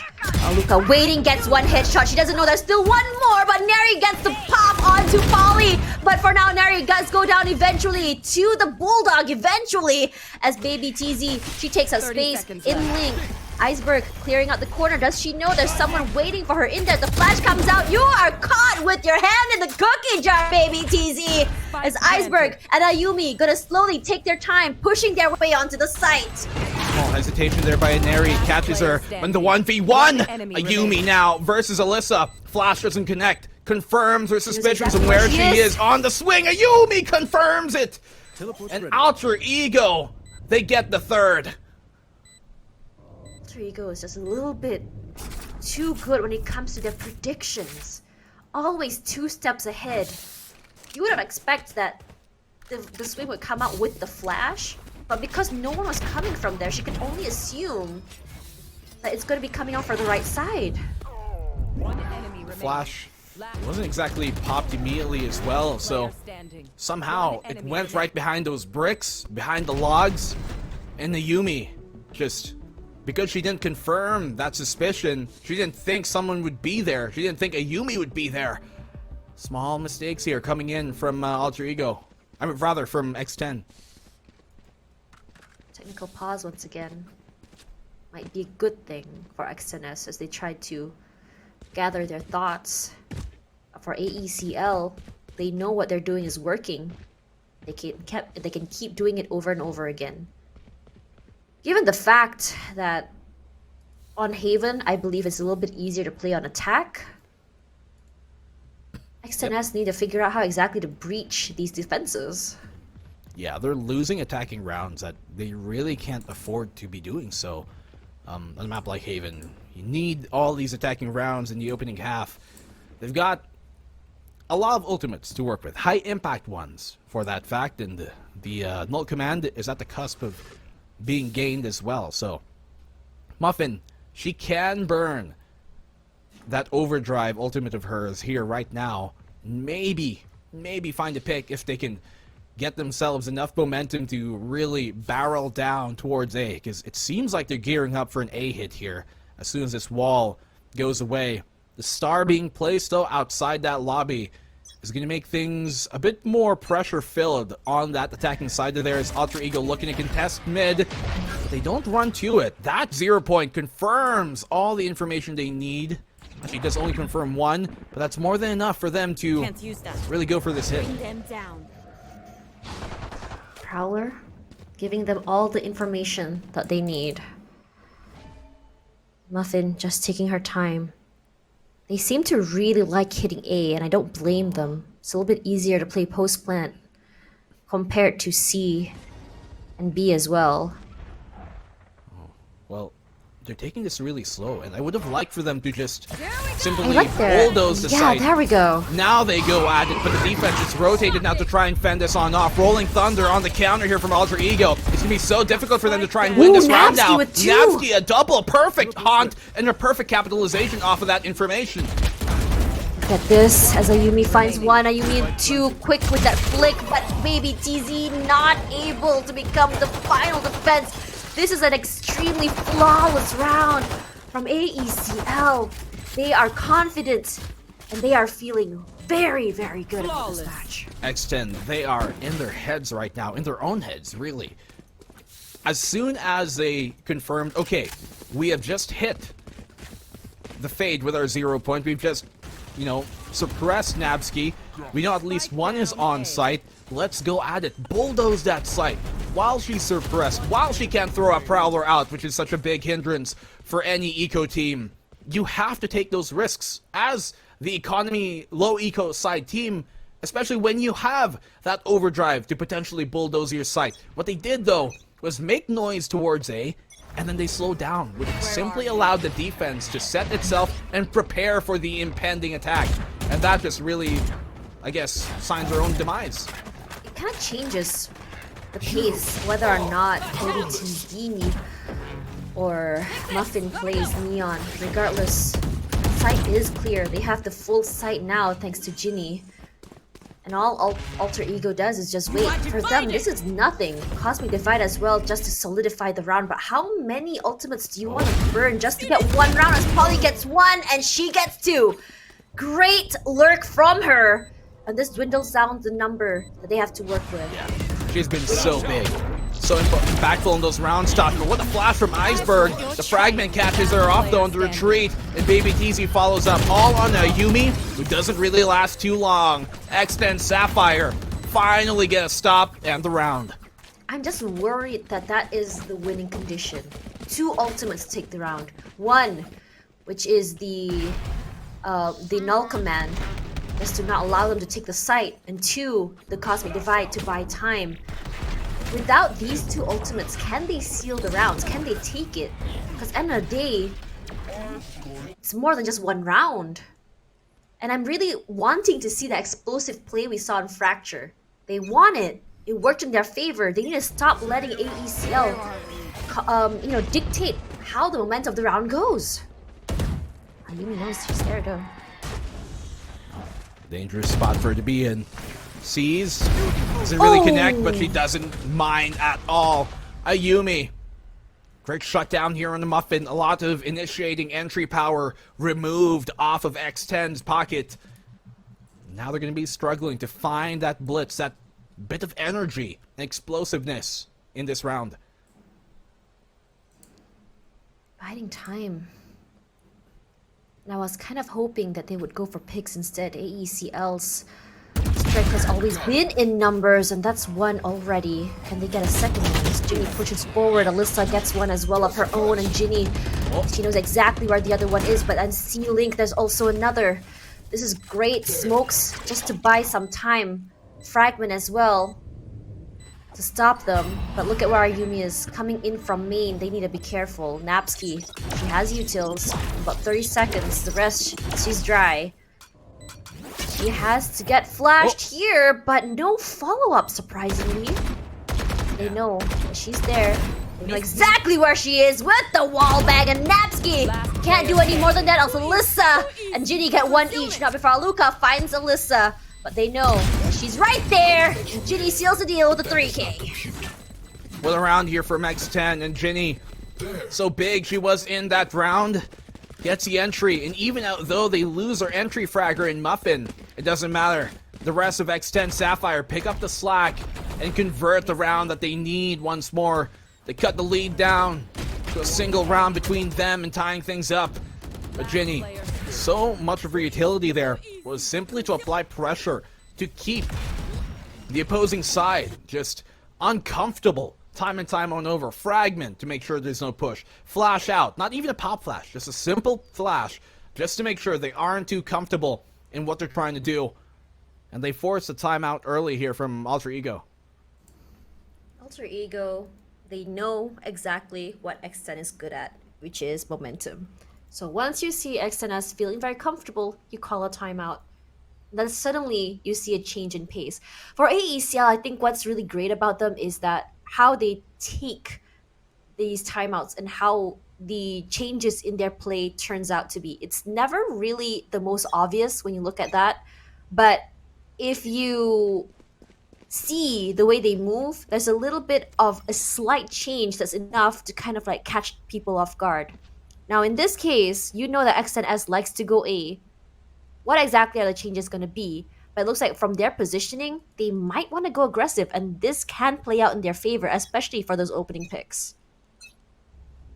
You want to play? Those Let's picks play. are something that X10 have been utilizing these past 2 rounds to finally get things going, but the opening pick, the important one, is something that Alter Ego have been finding commonly in their favor. Almost line up. They almost did. They almost collateraled, but it doesn't matter because Polly's there to follow up anyways. I'm liking that X10S has already anticipated this aggressive push on Eco. It's something that they do all the time. Yeah. Baby TZ watching the flank. This is great because Napsky is there. The suspicions come through. I'm just worried about the timing. When you think that you're clear, you look away, someone comes through. But this time, that's not going to be happening as Napsky will be picked off eventually by Baby TZ. A good shot for her to connect. This really confirmed the suspicions of them being both here from that CT. Flash on out, just apply even more pressure, keep them uncomfortable. This round is done. There's no way they get out of this unscathed. Iceberg goes down, but does find one. Next time they've tied the game up. This is great for them because they did not lose. I mean, they lost only 1 member that round instead of losing more guns than usual. And reading the paces like this, when X10S manages to read it, it works out so great for them, as though they already had that certain playbook from AECL already copied and placed in their scrapbook. Now, if they can start reading it a little better as well, it might be great. But I'm really, really wanting to see this explosive play come in from Muffin. As of the moment, Muffin has been that player that we look to be that explosive, start, yes. But even off of that, when they lose her, like he just did right now, X10 have been good at the recovery so far in this map. But Inari, just so on point with perfect timing, capitalizes off of the small window of opportunity. She's very quick with those openings. You do not want to cross her. I think by now, she always anticipates there's going to be a Neri over there, and she will just wait in the corner. She doesn't even use any utility for that, just straight up aim duel. Sarnapsky, her information as a Fade has been so vital for the team. She even pushes up with the Prowler itself sometimes. It catches so many players off guard. Aluka giving herself away, and Polly can win this, but she still goes down. She was the one with information. Aluka at the ready, so prepared, so formidable in those situations, still comes out on top. It's almost like a bait, honestly. She does it again. She's just having fun with that. The whole backside is her oyster. Regardless, Aluka, she will play inside of the smokes, catches someone off guard. Nope, it's gonna be Baby TZ to find her. Alyssa finds an area and return as Baby TZ gets a call at! Ayumi from the backside finds Ginny. Now, because it's just Ayumi, they know she has the op. Do not challenge! Because that is very deadly. All she has is 2 HP. Do not peek and opper, but the opper goes forward. She still gets it! But baby TZ saves the day. Nearly had a heart attack there, honestly. That was terrifying there for X10. Ayumi, so formidable, ferocious. But isn't enough to get the round. She was low HP, but look at this from Baby TZ. Absolutely huge value she gets. She finds a pick off on Alika within the smoke with her headhunter, switches out, gets a Colat, and secures a round. A single bullet would have done her in 1 HP! 1 HP for Baby TZ! That round could have gone disastrous for X10 Sapphire, but luckily for them, fortune favors the bold, and that they were. Where are you? Information, at least something. They know that there's at least one person there. But we all know, in the same playbook again, when they are on eco, they will go aggressive. X10, this time round, they're still waiting, but the problem is they are not overextending this time. Finds Muffin, that's their entry gone. Nary does get Flash. There's also the gravity as well. Both of them zoned out. Another Flash coming through. Nary still gets it. Actually, Snapsy would probably get 2 though, regardless. Genie with 1. Genie with 2 is looking so good. It's only Ayumi left. My goodness. X10. They're able to burn out a lot there. And Alter Ego, they were actually a lot closer to winning that round than it seemed. Yes, they find these picks, but look at this. They get stunned, they pull out a lot of utility, but they don't peek off of it. If they were able to peek in that time, they might have been able to find a bit more peaks, but because X10 just waited and waited, and Alter Ego did not commit to it, when they were in the eco state, they're the ones who face the punishment. Operator out now for Ayumi once more. She's been deadly with that thing in her hands. As I say over and over again, it's the same playbook for AECL, especially for that round, and X10S reads it over and over again. It's whether or not they want to overextend, but this time around, they just waited on the corner, and I think they had already predicted it. Napsky, this time, she does put the Prowler inside. And you saw the shots as well, hoping someone would push out. I don't think it would have reached. But honestly, it wouldn't. I'm just guessing that what they're trying to do is just kind of like mess around with the information gathering. And I'm hoping for these defaults to be great for those opening picks. For X10 rather. And Ayumi pushing out here. Ooh, bold play. This would be big. This might be a flank. Muffin. She's gonna spearhead the push here. They're ready to capitalize off of this Cosmic Divide to try and keep them isolated, to try and keep them back from going within the site. They're gonna have to play retake here. Null Command out to deny any much more utility to be thrown. And now's their time to commit. Here comes out the spike plant. Muffin positions herself in hell. This is interesting. It's the same combination as before. Cosmic Divide as Counter. well as the Null Command. I'm wondering if this is their secret sauce. A Neri popping out the showstopper. Will she get someone is the question. No, she doesn't. And the flash comes through. Baby TZ is the one who can just shoot her down. Polly gets one. Baby TZ as well. The aggression. They come in from all different angles as Baby TZ is chasing. She wants blood. Iceberg gets 2 though regardless. And suddenly, the equilibrium happens as Iceberg wants to make that space. Ayumi ready for that backstab from the backside. She is waiting for that exit frags because I don't think that they're able to win this, and she might be able to get one in the end. Yeah, but that's mere consolation as X10. Last round. That in the half. was so perfectly played from them. They looked in a pretty difficult spot, right? So Alter Ego, they know, okay, lots of ultimates on their side. Not something we can really contest with. They burn, obviously, that Null Command early on, so there's no more utility that Alter Ego can drop when they do take the plant. And as soon as the Cosmic Divide drops on one end, they throw up their own curtain over the eyes of X10, but still, X10, they played perfectly. They know they've got utilities still to work with. They've set it up in place beforehand, anticipating that, and they shut down here the retake from Alter Ego in such decisive fashion. ACL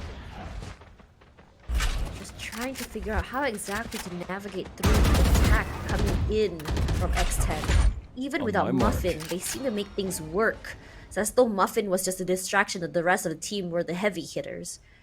Regardless, this time they stonewall. They wait. You know that they pushed through here. Also, that aftershock is making it a little bit hard for them to actually just take up space. As for Baby TZ, she wasn't able to get that push or that first pick, and they decide, okay, perhaps we have already committed way too much. Yeah. It's a little bit stacked on A, so let's go for a walk. Take a stroll down memory lane. But Polly, she finds it perfectly. On the read, Ayumi didn't expect the window to be wide open, but that it was. B site is what they're going to be taking here. The plant, it should be stuck, it should go down, but the Neri slithers his way to the back site. Polly finds a trade immediately though, and now they've got a 3v4 in the post plant. Damage being done on the gong, the ringing the bells. Oh, look out with the Guardian, shows him the way. It's all on the Baby TZ in the 1v2, Tosh. They ring around the Rosie, but that swing together is a little bit too much. And AECL uses the power of friendship to bring them to a 5. Save the day. Easy. My goodness, Alter Ego. All the space there taken by Inari. She knew that was the time to pounce, the time to strike. You have to catch him off guard. When you don't have the man count in your favor, when you don't have that player count in your advantage, and knowing that they're going for the spike plant, knows that they aren't ready to defuse and deny that re-entry. We're gonna go to the hosts and to the panel, talk about the game. Okay, this is a lot better from X10. I am liking this. This is the most I've seen them in control, Donut. And on the side of AECL, this was supposed to be their best map, but it's looking good on the flip side for X10S.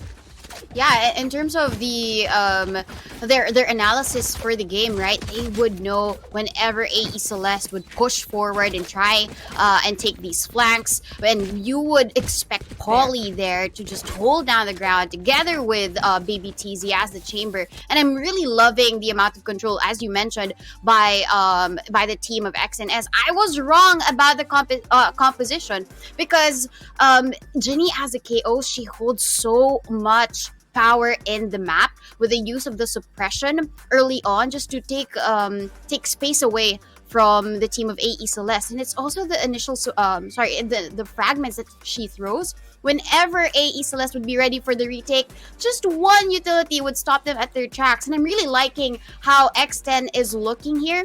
It's just that there are small mistakes that they make all throughout the map.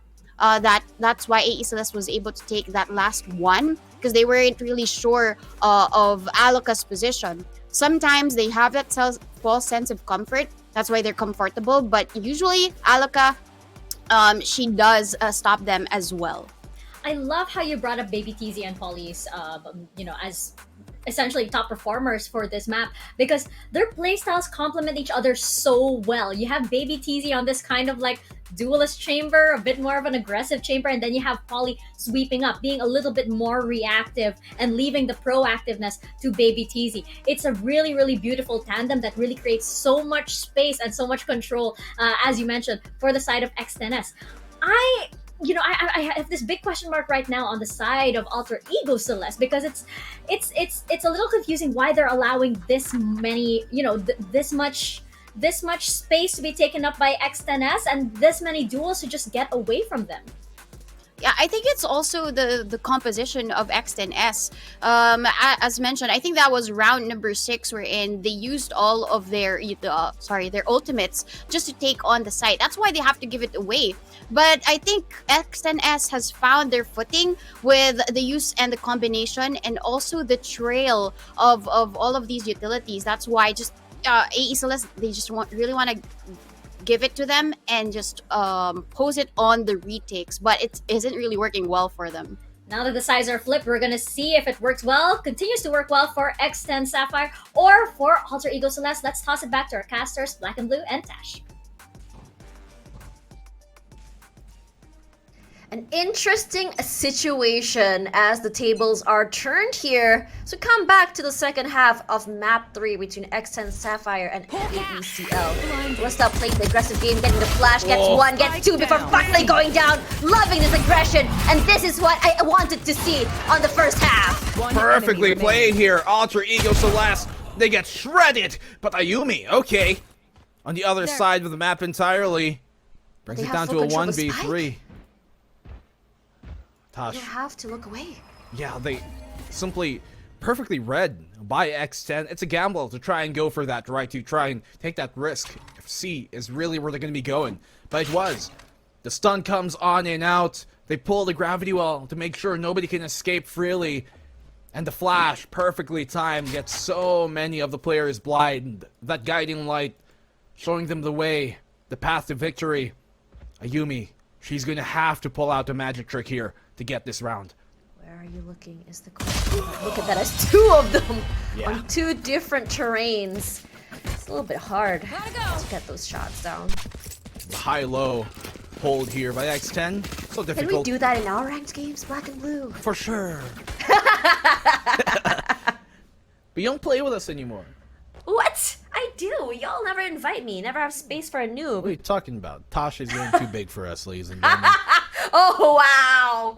Wow. But let's talk a little bit about that again.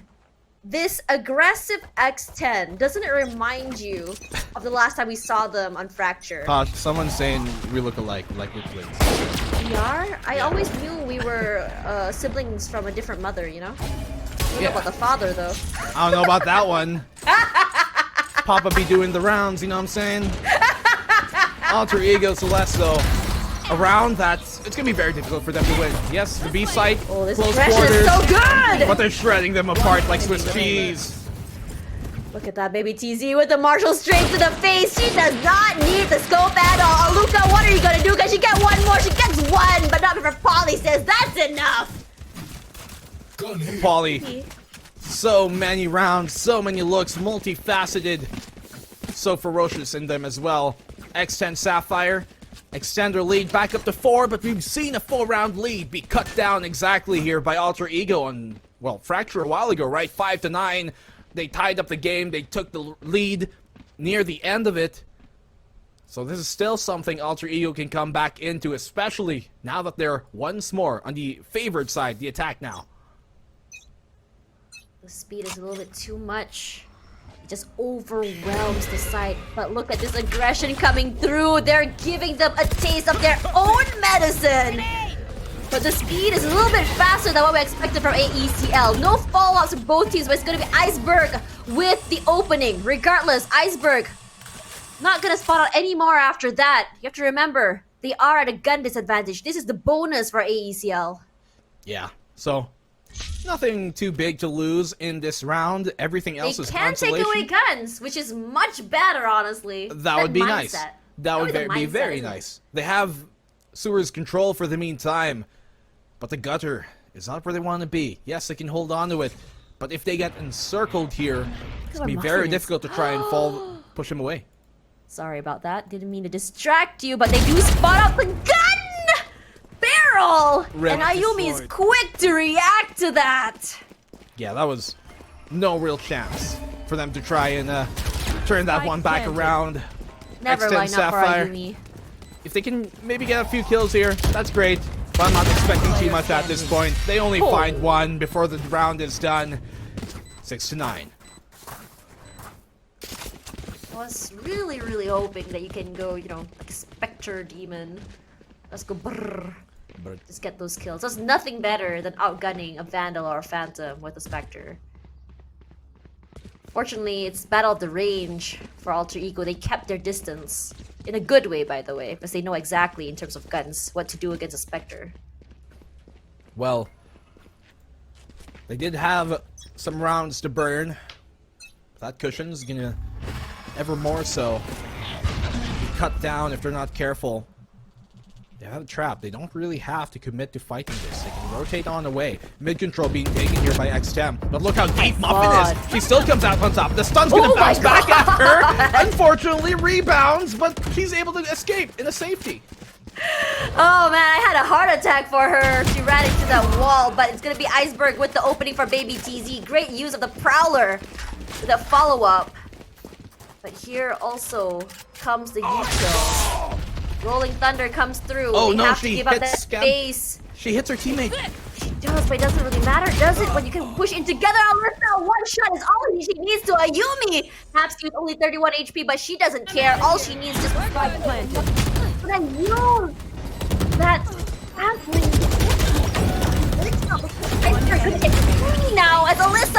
recovery as well, and Genie finishes the round, bringing them to a 10. Huge round there for Alyssa. She found the pick to shut down the initial peak here from Alter Ego there from A main. But not only that, the support there towards mid to help Muffin and make sure Muffin wasn't alone, that was huge there coming from Alyssa. It allowed Muffin to get that pick on window even though she was out in the open and exposed and able to back off safely as well. So X10 Sapphire really playing as a team right now, which is exactly what they need. Yes, low economy state even after winning the round, but they've got some ultimates to burn to try and equalize those odds. The drop and as well now goes Thunderfingers, the overdrive here from Muffin. You love that. Should rename it in your honor. Regardless, here comes the pop flash, but no one is gonna be pushing out Muffin. She needs to go fast, and Iceberg will be the one with the opening. Muffin pushing out fast lane as well, but Dirt doesn't know that she is right there. No shots hit. She has 7 HP left. She needs to get one more, but Neri with the classic is all she needs to seal the deal. Regardless, for Polly and the rest, they're just gonna be playing for time. Silence is very, very deafening as you start wondering, where exactly are they going? Well, they're in the seaside already. Let's be careful here, baby TZ. This fight's not gonna favor her. And they needed to find at least one more pick in that A main push of theirs to make it worthwhile. But they haven't, and now it's a 4v2. X10 Sapphire. They give this round out, concede it, knowing the battle might be lost, but not yet the actual fight. Want to play? Let's play. Spike planted. I don't think that X10S wants to play. They're like, no, you play alone. Nah, we're good. We're good. Y'all go ahead. Take this round. That's we a got, you thing. We got 5 extra rounds. We can afford to lose one. Yeah. But it's really scary when you think about it, because in this situation, is that how many rounds are you able to give up before you finally decide that's enough? Because we've seen situations where you give 1, and then suddenly it becomes 2, it becomes 3, it becomes 4, suddenly you lose. And that's on game of momentum. This is going to be a real big problem for X10 Sapphire once more. If Alter Ego start continuing this streak, they've only found 1, yes, but that could just snowball an avalanche into an even bigger problem if they don't get a stop. Low economy state here for X10 Sapphire. They've got some rifles, so it's not all out of the question, but definitely not in a favorable position and situation they are right now coming into the round. It felt a little bit unfortunate because Muffin's own fast lane just now felt like it was the one blocking her. XNS pushing out here as Aluka is pretty much ready. Already suspecting the aggressive push from the D side. Flash comes out, they know Aluka is there. Aluka quickly repositioning. This is good. Trailblazer gonna give all the information.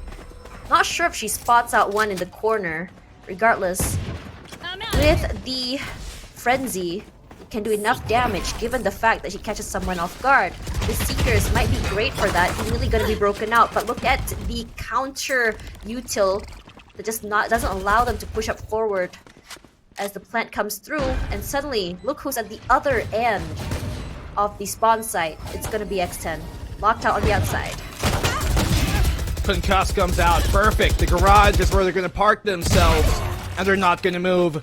Alokit and Neri making quick work here of the push from X10. This round is done. Alter Ego, they bring it to within 2 rounds, 8 to 10. Polly. Yeah, Polly gets a kill, but ultimately it won't amount to much. She might get one. She flashes through immediately. Where are you shooting? What is happening? She still gets it in the end! She's gonna be Chases very the ball. happy with that. Chases the ball, at least picks it up with a few rounds to spare, a few bullets to spare. But yeah, round is done. We knew that. Alter Ego Celeste. We That's talked 2 about in a it, row. Tosh. You give up 1, suddenly it's 2. Next thing you know, it's 3, and the game is tied up. So, X10 Sapphire, they're playing with fire. Alter Ego is great for that recovery. But we saw just now how exactly the defense has been. The problem is, when you want to come in from the attacker's side. It's rough, especially after Alter Ego has already prepared for that post-plant. And we know that one thing that's really scary has always been Alter Ego's post-plant situation. Yeah. And the mid-game and mid-round recoveries have been great for them. I think out of all the teams in Game Changers, Alter Ego is one of the best when it comes to this. It feels like throughout the game, they never, ever lose their cool. Well, Alter Ego, they're at the top of the pyramid for a darn reason, right? They've been very good mentally, strategically, and just tactically as well. X10 Sapphire have also been on point, especially in this series. They know what it means, right? They know the implications of winning this series. Winner, by the way, of this map goes into the grand final slot. Potentially one more map away, one more game away from booking their ticket to Berlin.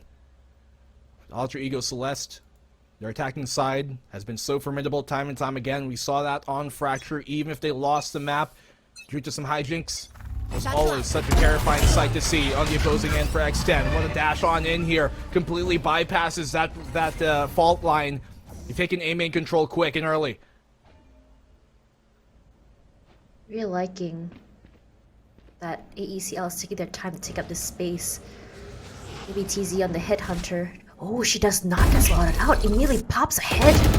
Putting so much value. Alyssa gets one more as well. That was huge. You can never fully trust your prowler. Luca does get 1-2, actually.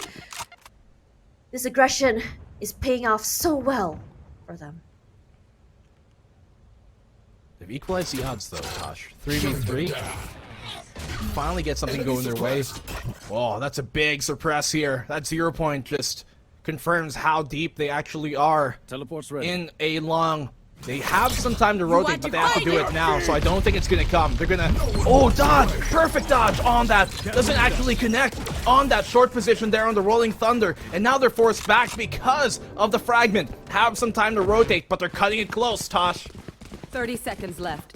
All they have now is 30 seconds. It's gonna be a fast one as Polly, she knows exactly where they're coming. You can see the rotations come through, so Polly is on the ready. She gets one, she gets two, make it three! Almost, but not enough. Maybe. But in the end of the day, Aluka still makes it out. But baby TZ with the flag from the back. Great, great timing. X10 Sapphire. They've started to heap up, finally. They brought it 8-11. These rounds, the time ticking away for Alter Ego. This could be the first time they lose this map this entire year. They've yet to lose Haven, not even once, this entire year in 2022 in this entire circuit. But yet, that is looking to be the case as X10 Sapphire. If they win this round, that's going to be Alter Ego on match point in an eco state. They're going to have to eco after this, if anything, forced by, and that's going to be such a deadly proposition if you're an Alter Ego fan. One thing about Alter Ego is that they work best under pressure. TZ will be the one that's suppressed, pushed away, has to give up that area, but at least they're aware there is an opper. With this smoke, it's going to be a little bit hard to push out, and we know that if you don't put speed and you're walking through a smoke, your gun barrel will be seen first. Are you aware that baby TZ is there is the question. Flash comes out, unfortunately not going to be able to land those hits. Fragment gonna buy some time at least as Mary goes to the top side, but GD still wins in the end. Iceberg trains it out eventually as the plant does come through. Going up to Haven will be baby TZ, but you don't want to be spotted out. Waiting for this smoke to move away. It's rough. Going for the wall bang here. Operator actually tags Ayumi in the corner. She still gets one. Napsky finds another. Muffin eating him up alive. The graffiti has been cleared on out. The Cosmic Divide is going to be difficult for them to push through. Difficult to retake through. 1v2 right now. It's all on the Polly, but she's caught out. An Alter Ego. What a round. With their backs against the wall. They come out of it on top. That Cosmic Divide was interesting. It's a little bit more to prevent those pushing out from main because they're confident enough that they're able to fend from Haven's side. The confidence coming through from AECL to have that really interesting Cosmic Divide is huge. They And as I needed, said before, they do so well under pressure. yeah. I mean, they needed that advantage, knowing that the operator, it's so difficult to try and retake with it multiple times over, even though he was able to get good damage on it, yes. But you see there, in the scramble, that pop can be a liability more than it helps. They've taken the site. I think this is a lot to burn though, but at least it will help them secure the round, but they could have won this, even against it. Spike planted. On the anti-eco, they get the spike planted down. Nightfall comes out. This is a lot being committed here by Alter Ego on an anti-eco round. They don't want the match point to come through. They want to win it, and Baby TZ with the flank gets one, gets two. Baby TZ on fire right now, but not before Aluka stops her in the end. They lose two. It's 4 versus 3. The tap comes through. Pros don't fake. That's what we know. Muffin still sticking it. It's gonna get stopped in the middle of the way. Regardless, the tap comes through once more. They're just spraying through the wall. Colin gets one into Last player standing. One enemy remaining. again! And this X10 Sapphire signature at this point. Over and over and over. X10 Sapphire, the defuses within the smoke, seem to be the kryptonite that is the Superwoman. Our Alter Ego cannot find the way to stop that from happening. They pull her off with the gravity well, but cannot kill her in the end. X10 Sapphire, they've taken match point, and Alter Ego have committed so many ultimates to a losing round. Did you see what exactly X10S did just now? Waited out ultimates. Their patience is in a whole nother level. It felt like they were struggling in the beginning of Game Changers, and now they've come out a lot stronger mentally than before. That mental aspect of the game cannot be understated. They know they gotta toughen up when the going gets rough. And Neri entries onto the site. X10 giving it up. They know they've been very successful on their retakes. They only have to win one round from now on to take this and send Alter Ego to the lower bracket. Off your feet! Here comes the Rolling Thunder. Alter Ego want to secure this a bit early on that, but they use it to take space furthermore. One thing that's great about X10 is they're very, very patient to wait, but they don't realize that Aluka has played the flag. Flash comes through toward Alyssa, but she's in trouble right now. But Overdrive doesn't get anything, but Alyssa does get one, and Ginny as well. Polly gets one more. Suddenly it's a 2-on-2. They're running out of time. They have to commit to this. No idea where everyone is. The defuse comes through. Like it or not, Aluka has to push up. Again. They're eventually gonna find one, gonna get two. They get it eventually. 10 to 12. This map is closer than ever. It won't happen, not once more. Standing. They know it's been a big problem for them, so now they've been trying to play a bit more proactive and starting to deny that from happening. They burn out the Rolling Thunder, but still, look at how close these margins came to, Tosh. As they say, fool me once, shame on you. Fool me twice, shame on me. So it's not gonna work a third time. Fool me Now? thrice. Yeah, not thrice means like, you a fool, boy. You a fool. You fooling yourself. You're fooling yourself. You saw them red flags. Wow. Wow, Wow. Tosh. Getting real for a second there. Oh man, regardless for AECL, these recoveries have been great for them. With Ayumi and Aluka this time, the Tour de Force and the Cosmic Divide, I think it's going to be really good to seal the deal for the 11th and bring it over to an overtime. But I think one thing that I can notice between its two teams is that X10S fares better in overtimes. They've done it so many times. Over time, so many time. There's a joke here somewhere about time, but we're gonna let They're it running be. out of time. We're This is running out of timeout. time. Alter Ego's running out of time as well. Round here, yes, Eco by X10, but they've made these ones work, and they've made these ones formidable. Are we going to another overtime state? Or will this end finally in regulation? Quick push Neri. out here towards A main to gain control. Defense pulled on the rotate. When Neri feels good, she dictates the speed that her team will want to come onto site. But they're still being very careful. But look at where X10 is. Usually they push up all the way to A main on Eco. This time they decide to play Stonewall instead. And with that information, they decide to stack, making sure that B is clear. Well, they're all stacked on this site. It's going to be a big tower for them Bye. to try and crumble, Tosh. There's a lot coming to them. Baby Teezy's giving herself away. They know the Prowler connects. And even though Alyssa is able to answer back, Inari does find one, though. But these sheriffs, they can be deadly. Pop flash on through, and they shut them down quick and easy. We're going to the final round of regulation once more, Tosh. That was honestly a situation where guns were the biggest difference between the two. And this time, with X10 Sapphire on their proper artillery and Ginny with the null command, is that enough for them to change the tides? And if you see there, Polly as well is only 1 point away from the Cosmic Divide, and we've seen that combination before. Yeah, that could be deadly.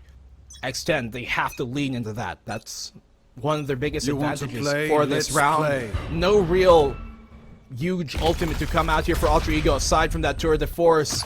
It's not something greatly to initiate with damage done towards Ayumi. This is looking problematic for Ultra Ego early on in the round. Polly's pushed herself out. She's able to rescind that and go back into safety. That's her star back as well. Temporary smoke is going to be very good. Regardless. Oh, look at this. Yep, They're all coming through. They Muffin stacked it. is already ready. This is the corner of death. If they don't check it, it could mean death. All they have to do is just wait for now. Oh, the peak does come through. She does show herself. So, AECL changing their mind. They know that they're probably stacked together. But does the other members of X10 smell the rotation? It's good that she shot out at 0 point. It keeps the defense here towards the C side. And now Ultra Ego, they can rotate. But the fact that this was smoked off, it should ring alarm bells towards X10 Sapphire. They're being very wary of the tour de force. You can see them checking it. That fault line doesn't even send the rotate just yet, Tosh. No, but look at Baby TZ. That's a very minuscule angle, which is going to be stopped eventually. Look at how fast the rotates are coming through. Flashes as well, just to make sure that it's clear. But we all know that because these utils are used early, X10S, they love playing the waiting game. And they will absolutely push together. Now, the smokes are down, and Baby TZ, all she has to do is find the right angle. We also saw the null command already popped as well. It's going to be perfect for Baby TZ to get Iceberg. And Alyssa finds one more. Neri does find Muffin. Neri with 3! Are you kidding me? Ginny does find Nevsky in the end. Ginny getting the last one. And it looks like X10S will be bringing this home. Their second win against AECL, making history. The first time that Alter Ego has ever lost this year on Haven. And what a win it came here from X10 in the 1v1. Ginny, simply much more HP than the opposition, and she was able to use that in her advantage. We saw so many big rounds from her, so many big plays, but that might have been the biggest one. And even though there was a great hold in the post plant from Alter Ego, it wasn't enough to take down the current grand finalists in X10 Sapphire. What's most interesting is the storyline here. Undefeated is Alter Ego, who only lost once throughout the entire year of Game Changers, and the one match they lost to was X10 Sapphire, who knocked them to the lower brackets. They met again in the grand finals, but unfortunately, X10S lost. And again, we're seeing history repeat itself. It's actually insane.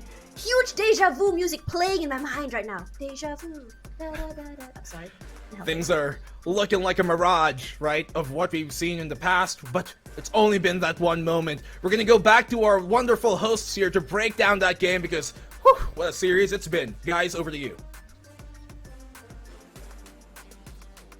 What a series indeed. And Donut, I think we can just throw out the script that we had for today. We can just throw that out. And me and my Excel file has to be deleted by now. Yeah. Let's just the get rid of stats, that. Delete that they over said there. it don't lie, but it indeed was defied by X10S with how great they played that map. They knew for sure that when they picked Fracture, they would go to map number 3, and they hell as well prepared for this one. Every time AECL would make a move, they have the perfect response. Even if Inari had these beautiful plays as the Rays, it's just a shutdown. Just literally suppression for this team. Yeah, and can we just talk about how different the XNS was at the top of the series? Take it back all the way to Pearl compared to the XNS on Haven. You're absolutely right. They knew that they needed to take this to a map 3, and when they did, oh my gosh, the beast came out. Also, my goodness, X10S, the master of diffuses. How does this keep happening again and again? But it's worked so well from them, and some of their best rounds came from simply doing that, just diffusing. That's how you win Valorant after all. Yeah, I mean, it's a different look for X10S because if it were the 2021 X10S, they would just push forward, take on the duels. But no, they learned they have utilities, they have smokes, we have Poly there for the timing. That's why they bring it in, just stick the defuse and AECL. They don't really learn from their mistakes in the second map. But who learned the mistakes? It's actually Baby TZ, the one who put us forward in Pearl, and she is still the MVP for Sapphire. My goodness, yes, Baby TZ was insane on this map. And on the side of AECL, you're absolutely right. It seems like they weren't exactly, they weren't exactly learning from their mistakes. Neither were they being proactive in so many of the rounds, which I feel like could have gone over to them.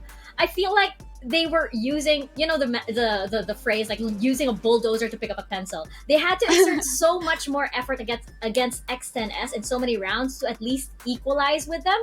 Whereas, X10S, they knew all they had to do was just play smart. They didn't need to, overcommit. They didn't need to use, 100 utilities just to in order to get those rounds. They just had to be patient.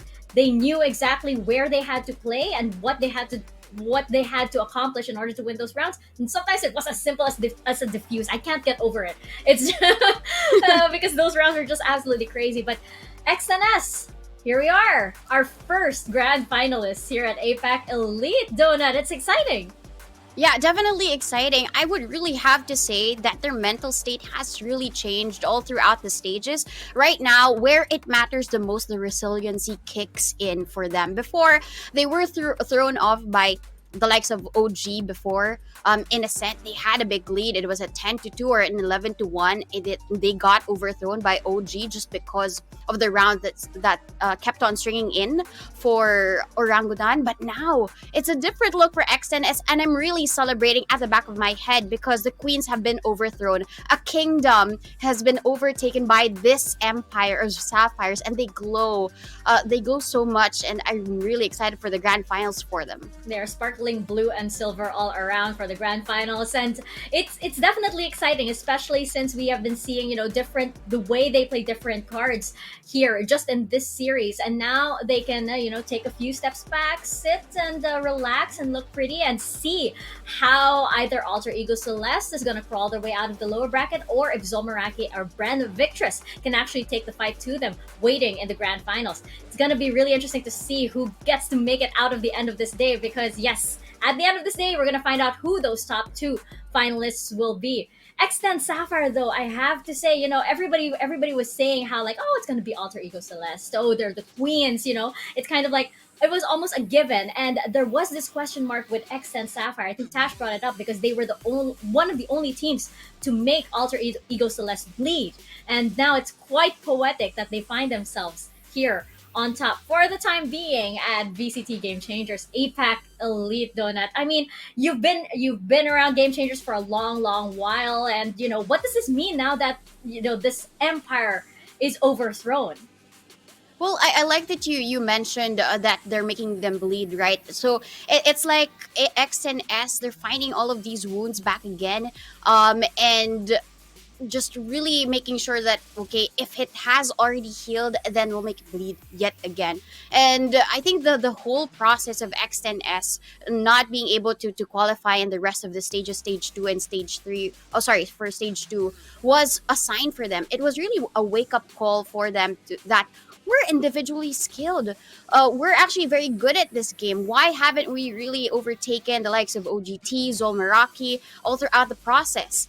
And then I think the wake-up call has now rung through them that we can actually do this. If we overtake the queens, we've done it before, then we can do it again.